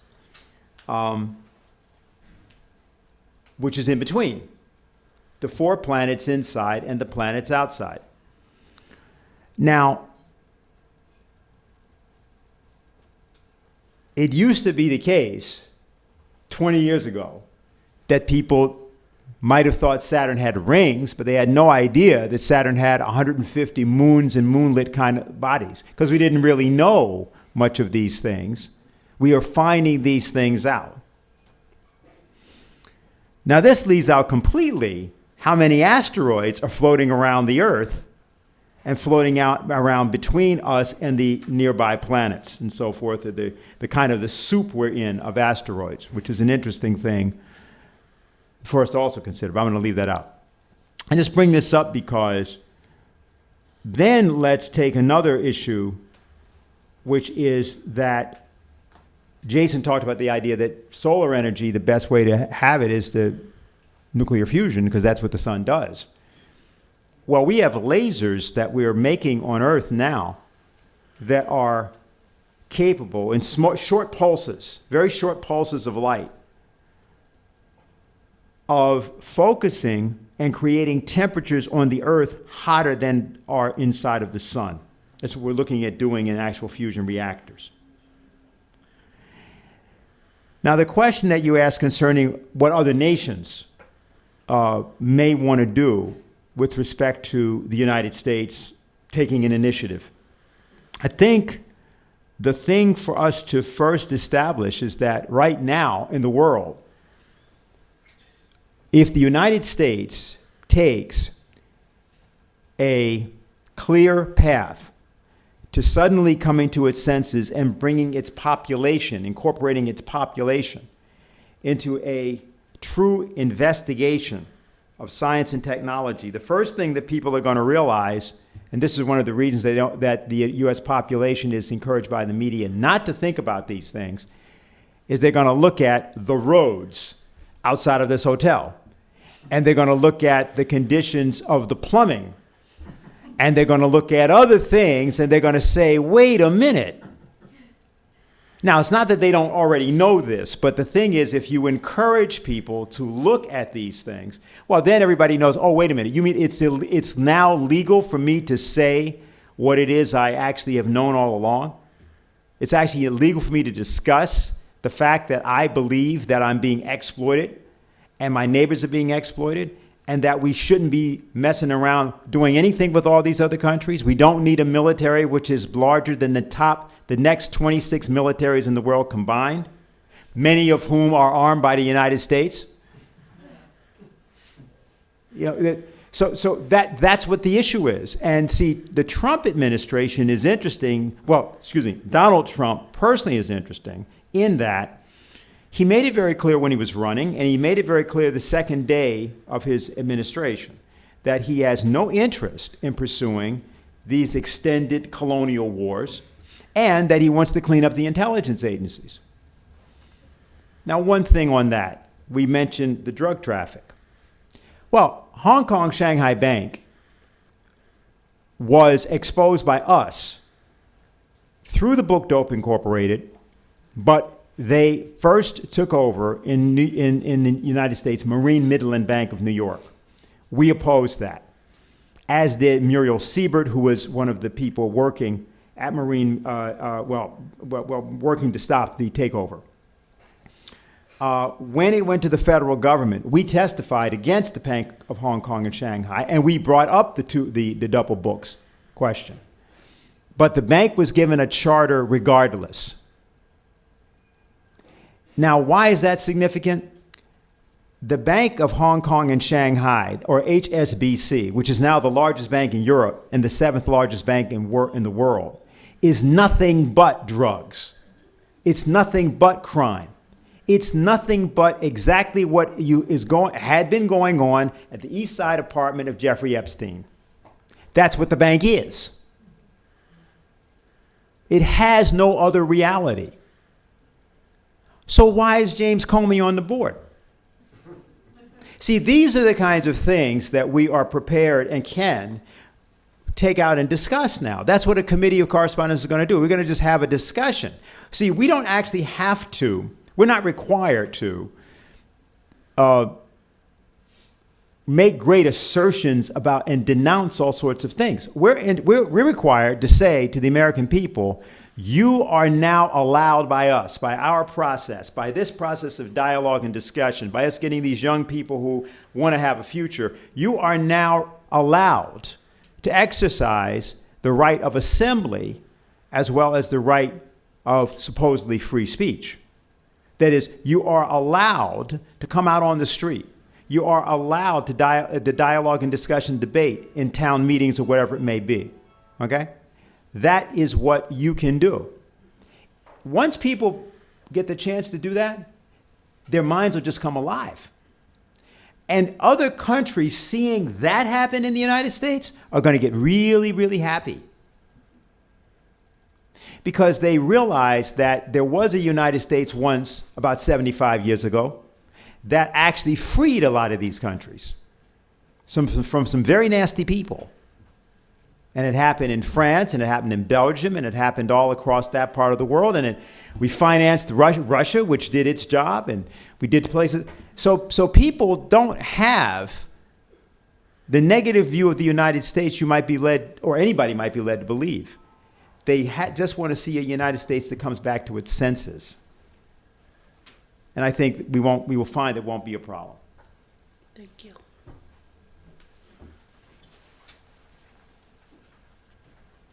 Hello. Hi. This is Jose from New York. Dennis, I wanted to ask you about a clarification on the last slide of your presentation. You were talking about the death and what it meant to all these other people, to the judge who was getting his palms greased by the rich man instead of listening to the poor man. The senator, same thing, dispute with the poor man. Yet on the last slide, you said that death took a different meaning to somebody who may have tried or could not rise up against the forces against him. I didn't understand exactly what you meant by that, but I have another question, which is, what does death mean to someone who did overcome their circumstances? What meaning does their life have after death? Does it have meaning after death? And if so, how is that kind of death different than those who died and did wrong things in their lives, or those who were unable to overcome the challenges by forces that were exerted upon them? Okay, well, this is something that all three of us can answer. So I'll give a couple of things here. First of all, the thing to know is that what that's all from is a thing called the Dance of Death. It was done by Hans Holbein, and he did it when he was 25 years old. He did it, and these are actually woodcuts, very small woodcuts. Takes real skill. He didn't just do the paint, the actual engravings and the drawing and so on, and the design. He also wrote it. And the point of it was to indict the establishment of the time, which he did, obviously, in every way. But if you notice something, and every one of those other people, none of them were working. The only person working was the guy at the end. Right? Nobody else was doing anything for anybody. I mean, there was a warrior who obviously was carrying something out. Okay. But other than him, these people are parasites. Like Prince Andrew. Parasites.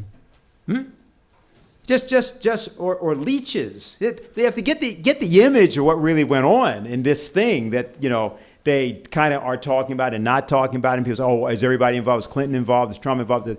Wait a minute. The issue is not everybody who was involved. The issue is what induced the United States to eat its own children? Who induced this country to eat its own children? That's not, people didn't do that because they wanted to do it. But these things called people, there's a term for this. They are neither man nor woman. They are neither brute nor human. They are pestilential creatures disparted from their souls, called ghouls. That's what Edgar Poe called it. That's what you're looking at here. That's what this is. This is stuff that's captured in literature. It's in The Mask of the Red Death by Poe. It's in other stories by Poe. It's in Balzac's A Harlot High and Low. The girls are torpedoes. That's what they're called. That's what it's called by Balzac back in the 19th century. You bring up young women at the age of 14 and 15, and they're used as torpedoes. So you do, right? But of course, that's the young women. We haven't gotten to the young boys. This isn't even been discussed. Yes, but of course, here's the other point. This is all being discussed on an internet. And 8-year-olds and 9-year-olds are like watching this, finding out what are you doing? You understand that the very discussion of this thing, what it does? So why the last slide? Why is the last one different? because that is a farmer, a peasant in Europe in the 15th century. He has no rights. He has no constitution. He has no citizenship. The one thing he can do is he can work.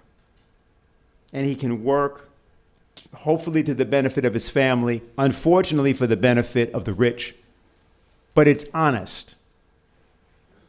And so the idea of that one, my only point there, if you look in the distance, you watch the slide, you see that in the distance there's the church, and you see a light around the church.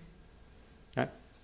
And that is the idea, because he is a person that does not believe that he dies at the end of his.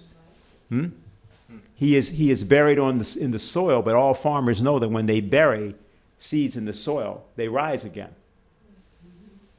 That's the idea. That's the difference. These other people, or whatever they are, there's nothing there. But you ask an important question, which you asked a couple of other elements to. I want to leave that to Daniel and to Jason to say something about, because this is the center of what we're going to have to do to talk to young people. Daniel already gave one example of the young man that he was talking to, and what goes on there. So there may be other angles that people want to say something about.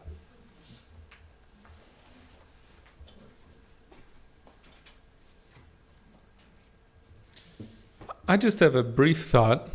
I mean, the subject that you raise would benefit from a long discussion, but it does seem to me that you can have some intimation of what the meaning of your life might be long after you're dead by asking what the meaning is of lives of people who are gone.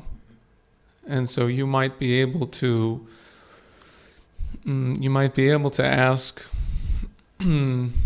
how Shakespeare lives on, and many other cases. I could name many, but I won't. And certainly how Mr. LaRouche lives on, since we had personal experience of his life and of his personality. And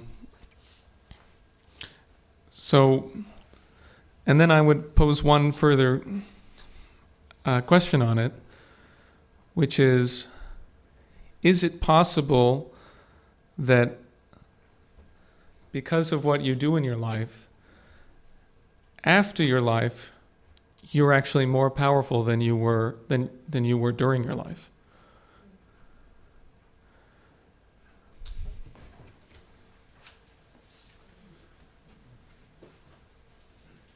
I had a similar thought. I might even start with the future, and then the past, and then look at yourself.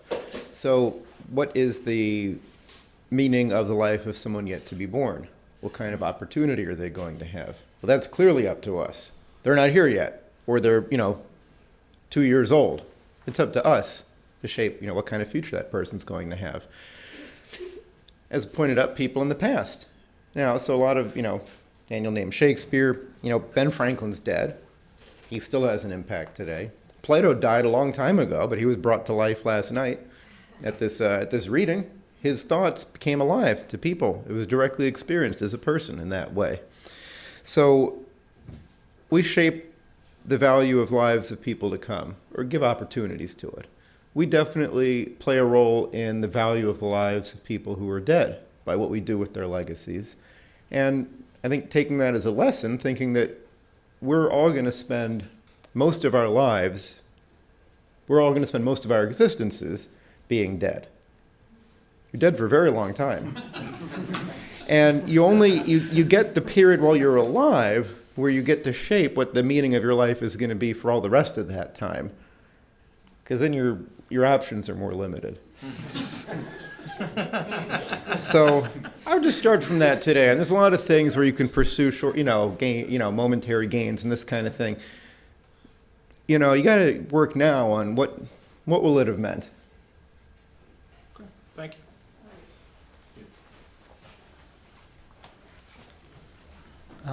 Hi, I'm Brandon from New York, and I was I have a question about HSBC and Hong Kong. I'm not sure if anyone wrote about this yet, and I just haven't read it. But so the riots that are going on in Hong Kong right now, that's supposed to be in a response to the Chinese government wanting to bring Hong Kong into their legal jurisdiction. So is the Chinese government trying to be able to prosecute these people in the HSBC Bank and control the fentanyl problem themselves? That'd be a good idea.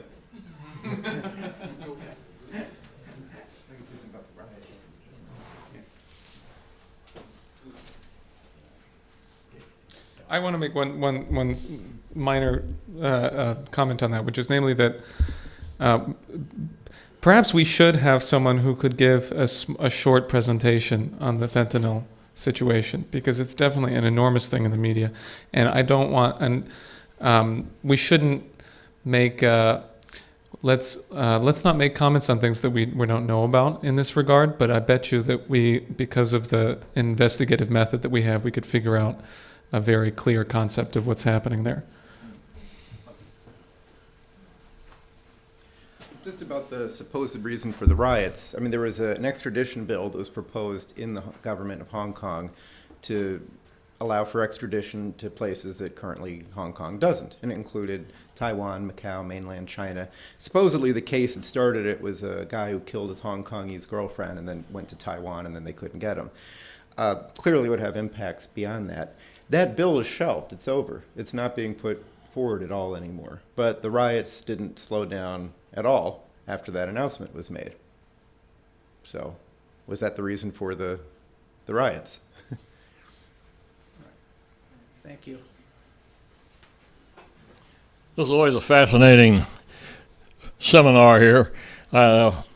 Margaret said it was going to be on economics, and I'm practicing up on John Maynard Keynes, land, labor, and capital entrepreneurs, and stuff like that. And anyway, we've ended up probably on a more interesting topic here. I've been going to, for years, write up all the stories the old codgers told me about Prohibition. Now, one of the guys I was at Rutgers with ended up working for the Drug Enforcement Agency there, and he had a little beard, and I saw him several times over and how he was doing. And, of course, the first thing he said was, if we could just get rid of the demand, I'd be out of a job. And this ties in with the loss of the creme de la creme of our society, this Kennedy girl up here in Hyannisport with drugs. And I forget, there's 50,000 drug people just on opiates per year, much less the crime, the shootings, all the crime, all the things that go with this terrible. I'm a little lost without my thesaurus here, but this disease, I guess I call it. Have you any ideas on how to cut down the demand? Because, of course, Prohibition, one of the things that bothered my father was, hey, we're getting away with something. We're sneaking. The government can't tell me not to go out and drink. The government and the demand's there, and farmers, we send in 3 empty cans with a can of sugar, and take out 2 cans of milk and 2 cans of hooch. And like I say, I'm going to write this long volume one day of all these old codger songs. But is there any ideas that you have on cutting down the demand?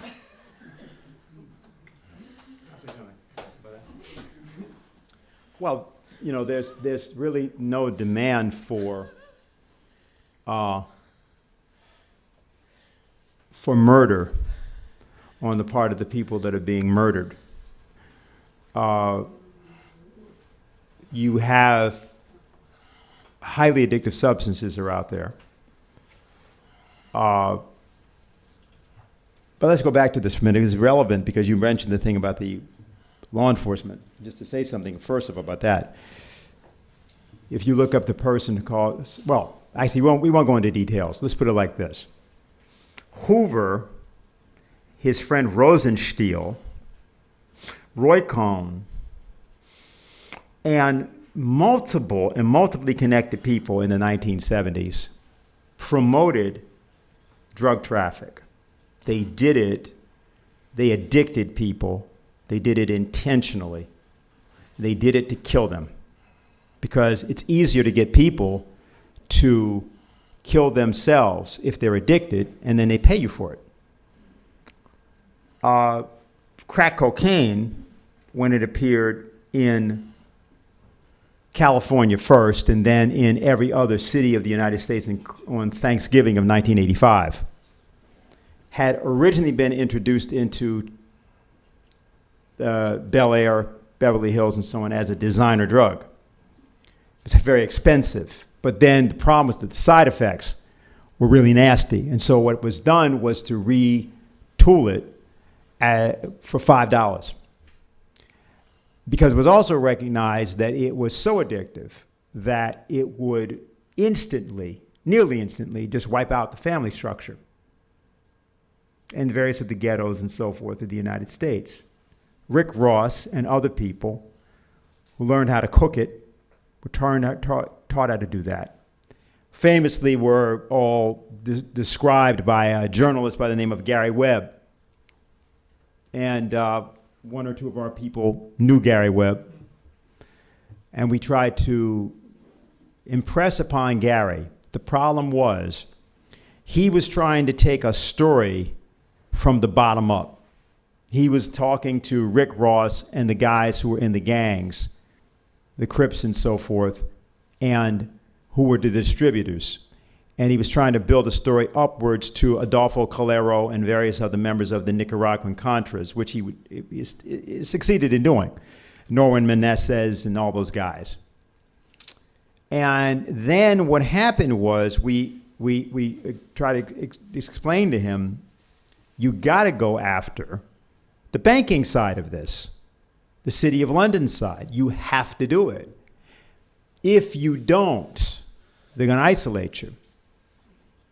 And that's what happened to Gary. Gary basically nearly invented in the 1990s, before there was the web as we know it. He put all of his research documents up on the web, and people began to cross-reference the documents. Now the whole thing that people do all the time that they call research on the web, it came from what he did as an investigative journalist back then.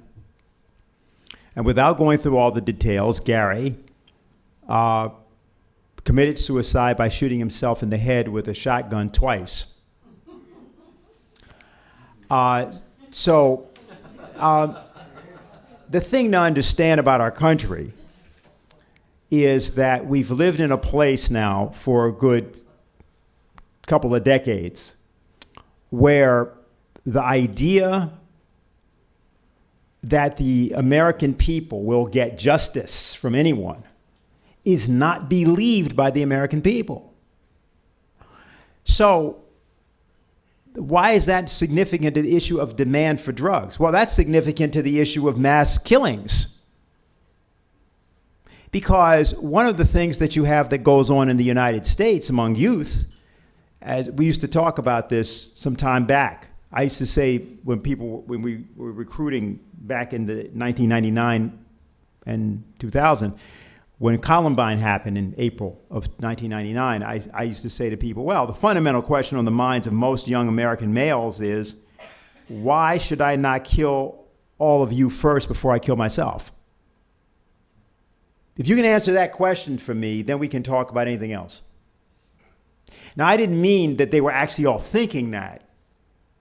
I meant that what had been created was the no future society around them, in which it made more sense to deal drugs than to be a teacher or a doctor. That you were creating a context, not where they had to make that choice, but where they would find themselves making that choice. It's like the girls that get interviewed around this Epstein thing, and you listen to the stories and you say, that can't be true. And then you realize, you know what? That may be exactly how she got involved.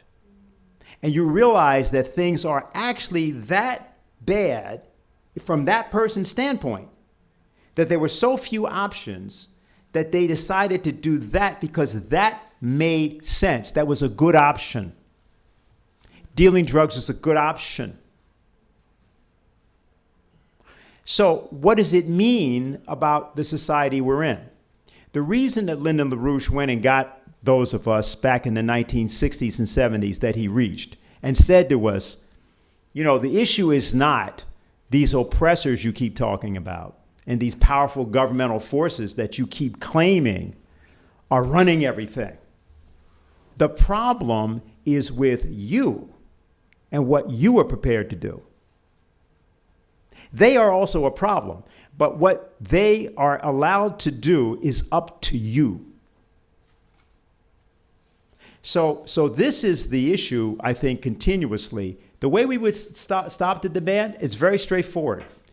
If we do what we have to do around this space policy, if we do what we do around the optimism of space, the fact that there are no limits. People say, what do you mean there's no limits? I look at how much money I got on my credit cards. What do you mean there are no limits? You see where I live? What do you mean there are no limits? Have you looked at the streets? That's what people are thinking when you say that. So what we have got to do is go out in the streets and battle with them to say to them, no, you have to understand the space issue is a life and death question for you because nothing will be changed in this society unless you decide your human identity is paramount and the destiny of mankind is your human identity. That's your purpose. Your purpose is not less than that. If you don't agree to that, then you cannot justify your existence, including to yourself. You won't. And you will find yourself in this lower state continually. You won't move out of it because you don't deserve to. You believe. That's the addiction. The addiction is not a drug addiction. It's an addiction to that despair. People are addicted before they even take the drug. And it is destroying that addiction to self-consoling despair that I'm not a human being. Gee, I wish I were a human being too. Breaking that addiction is how you break the demand for the drugs. Yeah, very thought-provoking.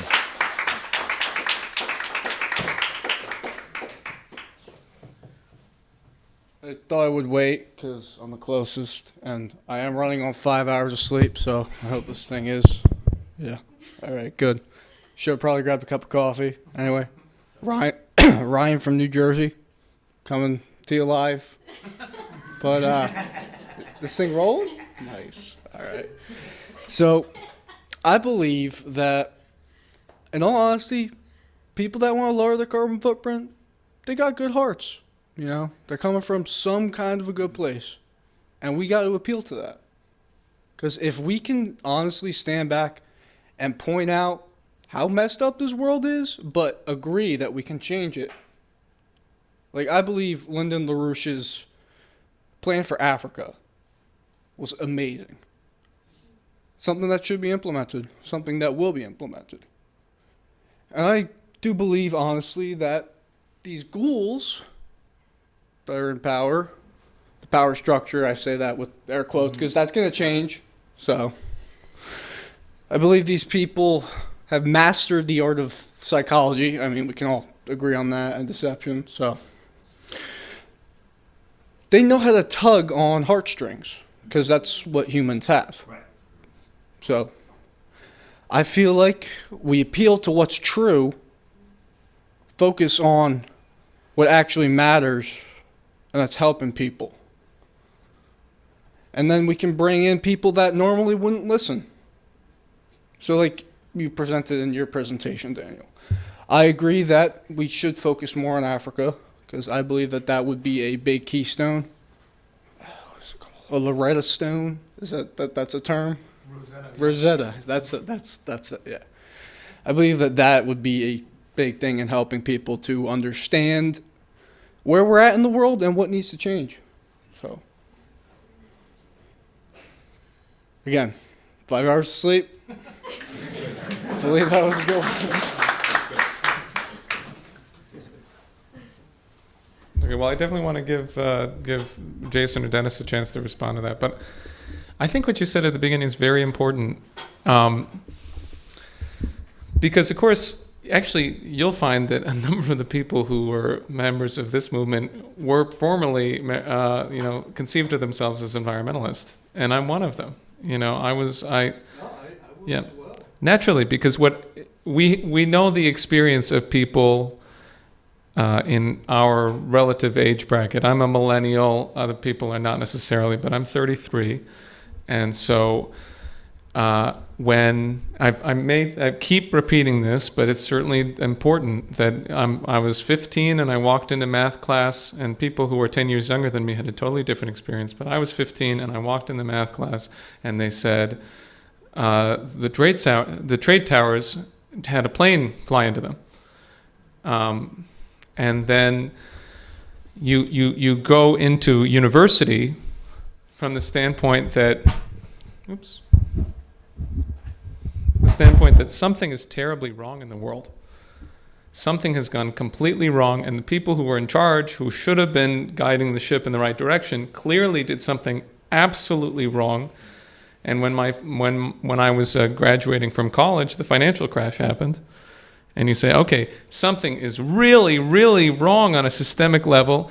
And then the only answer that you get to that is that corporations are ruining the world's environment, and that we're going to have, and that's really what's happening. And if people just had the heart and compassion to think about the environment and think about the consequences of their actions, then we'd be able to solve things. And I think that's where most people are when they're involved in this.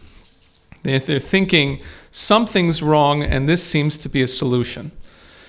And it's true that they're being deceived. And in a certain sense, I think what you want, a certain kind of an image of what you want to have happen with these people is that they get incensed that they were duped. You want people to be defiant and to recognize, oh my goodness, they were using me. They were using me. Because our friend Jacques Cheminade, who I believe will be speaking in the next week, he's just a wonderful member of our movement. He's the leader of the French organization and repeat presidential candidate. Very, very important things that he's done from that standpoint that have gotten a lot of attention. And what his remark when he came to visit here in February, and I spoke to them about this issue, was that the younger people have to understand that they're the target. They're the target. So I do think that that's a certain thing you want to bring about, because it's not, we have to have a kind of a Socratic approach where we go to people and we say, okay, so we can both agree that what we want is what's best for mankind. I know we have that in common. So then if we could come to an understanding of exactly what would cause that, then if I were wrong, then I would want to be corrected. And surely I trust that if you were wrong, you would want to be corrected, such that you would understand this. And so that we could work together towards what's best. And then I think that's where we bring the question of Africa. You say, okay, so let's start with the idea that we want Africans to have, we want the enormous, look, what's the average age in Africa? I understand it's about 19 and a half years old. 19.3 or whatever. But so that's an enormous population of young people who need a future, and they don't presently have a physical pathway towards it. So I certainly think we can go to people and say, well, let's say, what would be required for this 1.2 billion people and their children and their grandchildren to have a greater future? I certainly think that's part of it. But I do want to put an emphasis on the fact that whether those people that we communicate with who are coming from that, being put through that deception, whether they become a contributing member of the fight for the future, I think it will in large part depend on whether they can do what LaRouche said in that statement that I shared, which is to denounce evil. And this is why it's very critical that we have this under this effort to say the things that others won't say, which is namely that it's genocide. It's not that it's a matter of, we're not talking about this is a bad policy. This won't work. That's not what we're saying. We're saying this will lead to mass genocide. And when people realize that they've been duped into that, then we hope that they will become defiant.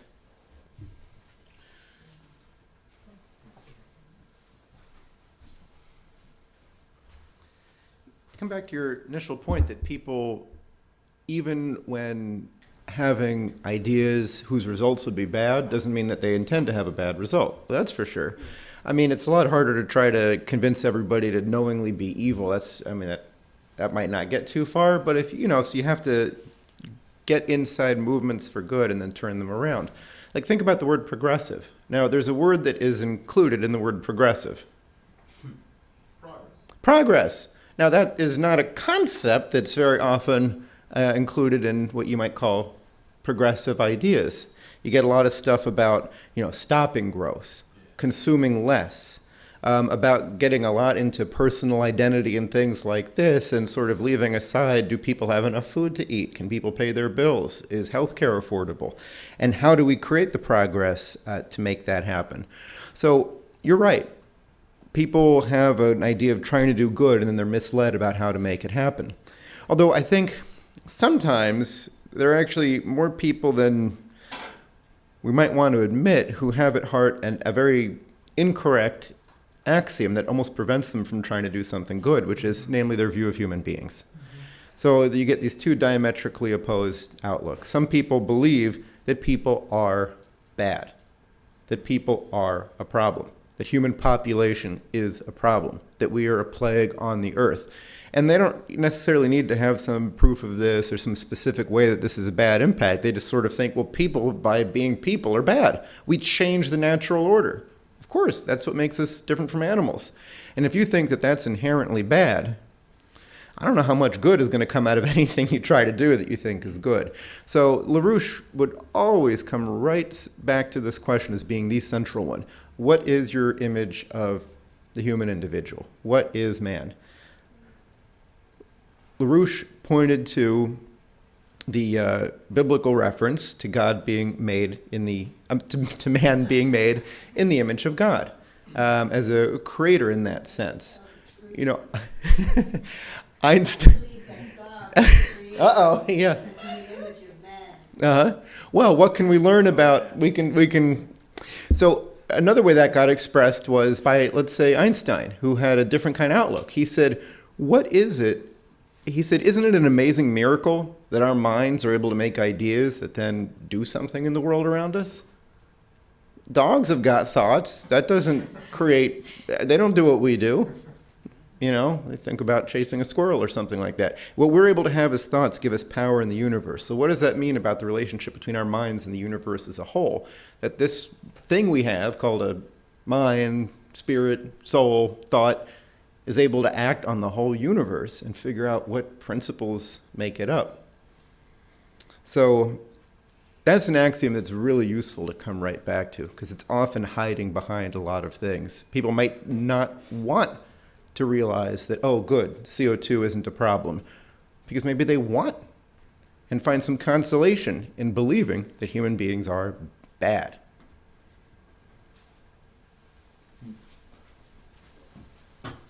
Do we have any other questions? I don't see anybody else up at the moment. Because that may be a good place to begin to draw up things to a conclusion, at least from the standpoint of our open session. I'd say one thing about this, because it was this issue of whether people that are inherently good, and whether or not God is in the image of man. You know, we had those of us who came with LaRouche through the days of the late 60s and early 70s used to read somebody named Ludwig Feuerbach. He wrote a very well-known book at the time called The Essence of Christianity. And, you know, the book kind of does the normal thing that, you know, any wise guy can do, which is to talk about the fact that really basically everything that people say about God is really things they think about man, but they just projected it into the infinite, and therefore that's why it comes out to be God. But, okay. And it did a few other things. It's not that banal. The problem is that what is not dealt with when you get into an outlook like that is what constitutes immortality, because the human race is clearly immortal. I mean, it's just clearly immortal. Now, there's a reason it's clearly immortal. Augustine talked about it in one way, but it's also seen in another way, which LaRouche described. Augustine tried to make the point, St. Augustine, in a dialogue called On the Immortality of the Soul, that it was that if you had an idea which you knew was a principle which was always true. For example, he used the idea of the difference between any polygon and a circle, that a circle is always the arc that surrounds any figure, square, triangle, circle. Add as many sides as you want. The circle will always be the greatest area with the least curvature. He said, now, if you can demonstrate that that's the case, and there's ways he goes through various demonstrations of this to show that as a fact. He said, now, if you can hold that in your mind, and if that's always true, all containers are larger than the things they contain. So if the principle that you've identified is one that was true before you said it, and it will be true after you said it, in fact, it will be true, in all cases, then the mind that contains it is larger than that principle. That principle always perpetuates, then the mind that contains it is also larger, and it can't be killed. So his argument was that the mind cannot be killed. Now, see, there's something important about trying to figure out why it is that in various historical periods, certain figures move the entire or whole sections of the human race. Whether you're talking about a Martin Luther King or a Joan of Arc or others, what is it that causes people? Are we going to simply say it's merely the fact that people agree to believe a delusion and they go along with it and they accomplish things? Well, undeniably that occurs. But there's another element. Since the human race has discovered the idea that there is a universe, that is, nobody else told us this, we came up with this. And since that universe is known by us to be so large that you can talk about galaxies that are literally several millions of light years across, that contain as many as 100 trillion stars. Now, the first thing, of course, you begin to think about is, how did that get calculated? How are those things actually figured out? Now, that's something that Jason or others could talk about, and that is the kind of thing we should be talking about in the committees. But if we even assume that we know that that's true, we're never going to get there in our lifetimes. But if we know that that exists, that's contained in your mind. That galaxy is contained in your mind. Otherwise, what are you discoursing about? What are you even talking about? The important idea is something that Riemann talked about. And this, Jason, I think you should say something about as we close out, about the idea of the thought mass. The concept that you don't just have ideas that are abstractions. Matter of fact, there are no abstract ideas in one fundamental way. All ideas are concrete. But that these ideas actually occupy what is called thought mass. And they're contained in the mind. Now, Riemann's not here. He's not discussing that. But I'm discussing something that he said. Or I'm discussing at least something that is prompted by what he actually may have said, which may be very different than what I'm saying.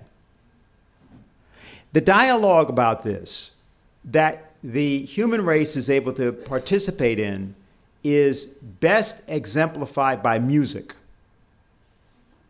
by what Beethoven did and what Bach did.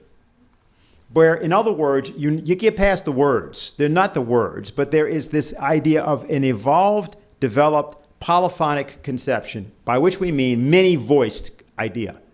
And it's not just like what we're doing here, where each one of us has to get up so that the next person, so that you can follow the idea. But in music, in classical composition, you can have several speakers at once.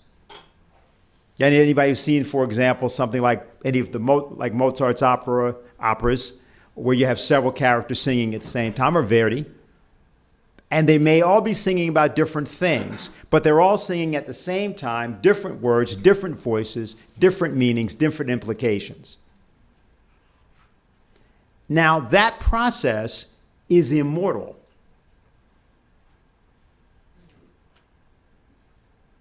But Verdi's not here. This is called the infinite and the finite. This is the notion that we have finite lives, individual lives, but that the mind attached is not actually simply your individual mind. You are not simply your individual mind. If you were, you wouldn't be able to communicate effectively to anybody else. So you are another form of mind, in fact. And that is not limited to your body. So I'm not speaking about this from any religious standpoint. That's just an ontological fact. So how do you now take that idea and in whatever way you wish, how do you then move the human race? Why is there an idea of a human race? Why is racism, as people talk about it, not just stupid, but it doesn't exist? There's only a single human race. Where do people get that?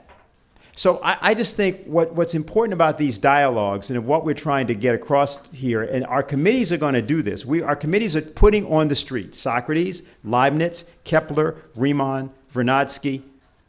This is what everybody's going to just discuss directly on the street.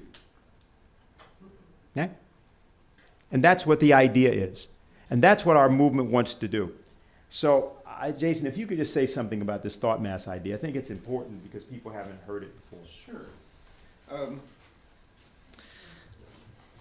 Let me get to the thought masses from the standpoint of actually coming back to this, what is God, that man is in his image? In other words,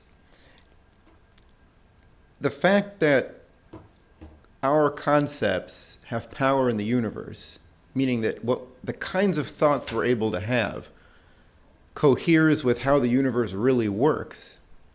Well, what does that say about the universe? That it works in a way that we can understand it. So what does that say about creation? Not as the moment of creation, but, the universe. Well, what does it say about the universe? And what can we learn about the way the universe exists from the fact that we are able to understand it in a way that increases our power in it? So there's a useful thought to go with that. On thought masses, so let's think about what's the difference between an idea and the words that you use to convey an idea? Words are not an idea. Have you ever thought in your mind something that you thought was just kind of rote? Like, gee, I really ought to do something good today. But you don't believe it. Or, you know what? All people are worth something. We're all made in the image of God, or all people have dignity. And maybe you might say that phrase in your mind, but maybe you don't really mean it because someone just cut you off and you're really mad at them and you have doubts about this. And then maybe you work through something with somebody and they make a discovery that you didn't think they would make, or they surprise you in a way. They achieve something you didn't think they could. And you realize, wow, all people are in the image of God, or whatever language you would end up using. Wow, all people are creative. The same phrase. One time you might use those words and you don't believe them. Another time you use those same words and it actually means something. There's a difference between words and an idea. This is why dialectic is so important. The way you talk and communicate with different people depends on who they are, what language you're using, what kind of background people have. So even though maybe the thought itself has a universal quality, the thought's never words. And how do you spark someone's mind to make a discovery, to create a thought mass? Riemann viewed thought masses, he said they're an interesting kind of thing, that with each act of thought, a thought mass is created. That these substances, you may not say they exist anywhere, but they're definitely created somewhere. They're not created except in the, brains of nervous system of human beings. So there's something physical about them. But then when they're created, do they really have a physical existence? The idea, once it's made. Is it only the connection of neurons in your head, or is there something, an actual idea content there, such that you could convey it to somebody else, and maybe their brain might look very different if you look at on a cellular level, but maybe the concept is still the same idea there. So I'll just stop with that. That it's truth is something that's arrived at through, while universal, is arrived at through dialogue. Okay, so what we're going to do is close out now. I think the discussion we've had and the nature of it is a good expression, again, of what we want to see or replicate around the country. In the next couple of weeks in particular, as the campuses begin to open, we're going to be trying to vector this into causing people to challenge their own axioms and assumptions on the question of the nature of man, the nature of growth, the nature of physical economy, but also the nature of politics. We think this is the way that the town hall meetings or the political parties or the political caucuses of whatever of the future should operate. And that the matters that are of importance that have to be conducted in terms of policy or discussed in terms of policy will flow from that. So that's what we're beginning, but of course, in beginning anything like this, it's rough, it's discussion, it's a little bit more improvisatory, but I think that's not only healthy, I think it's important for everybody here to think about how you might bring more people into this process, how you might also work with us out in this day of action and in these other activities we're going to be involved with. So on behalf of the LaRouche Political Action Committee, I'm going to end now. I want to thank everybody for joining us here at our location, but also everybody that's watching. And please think about being involved in this dialogue in whatever way you can by questioning your own axioms and assumptions. Thank you.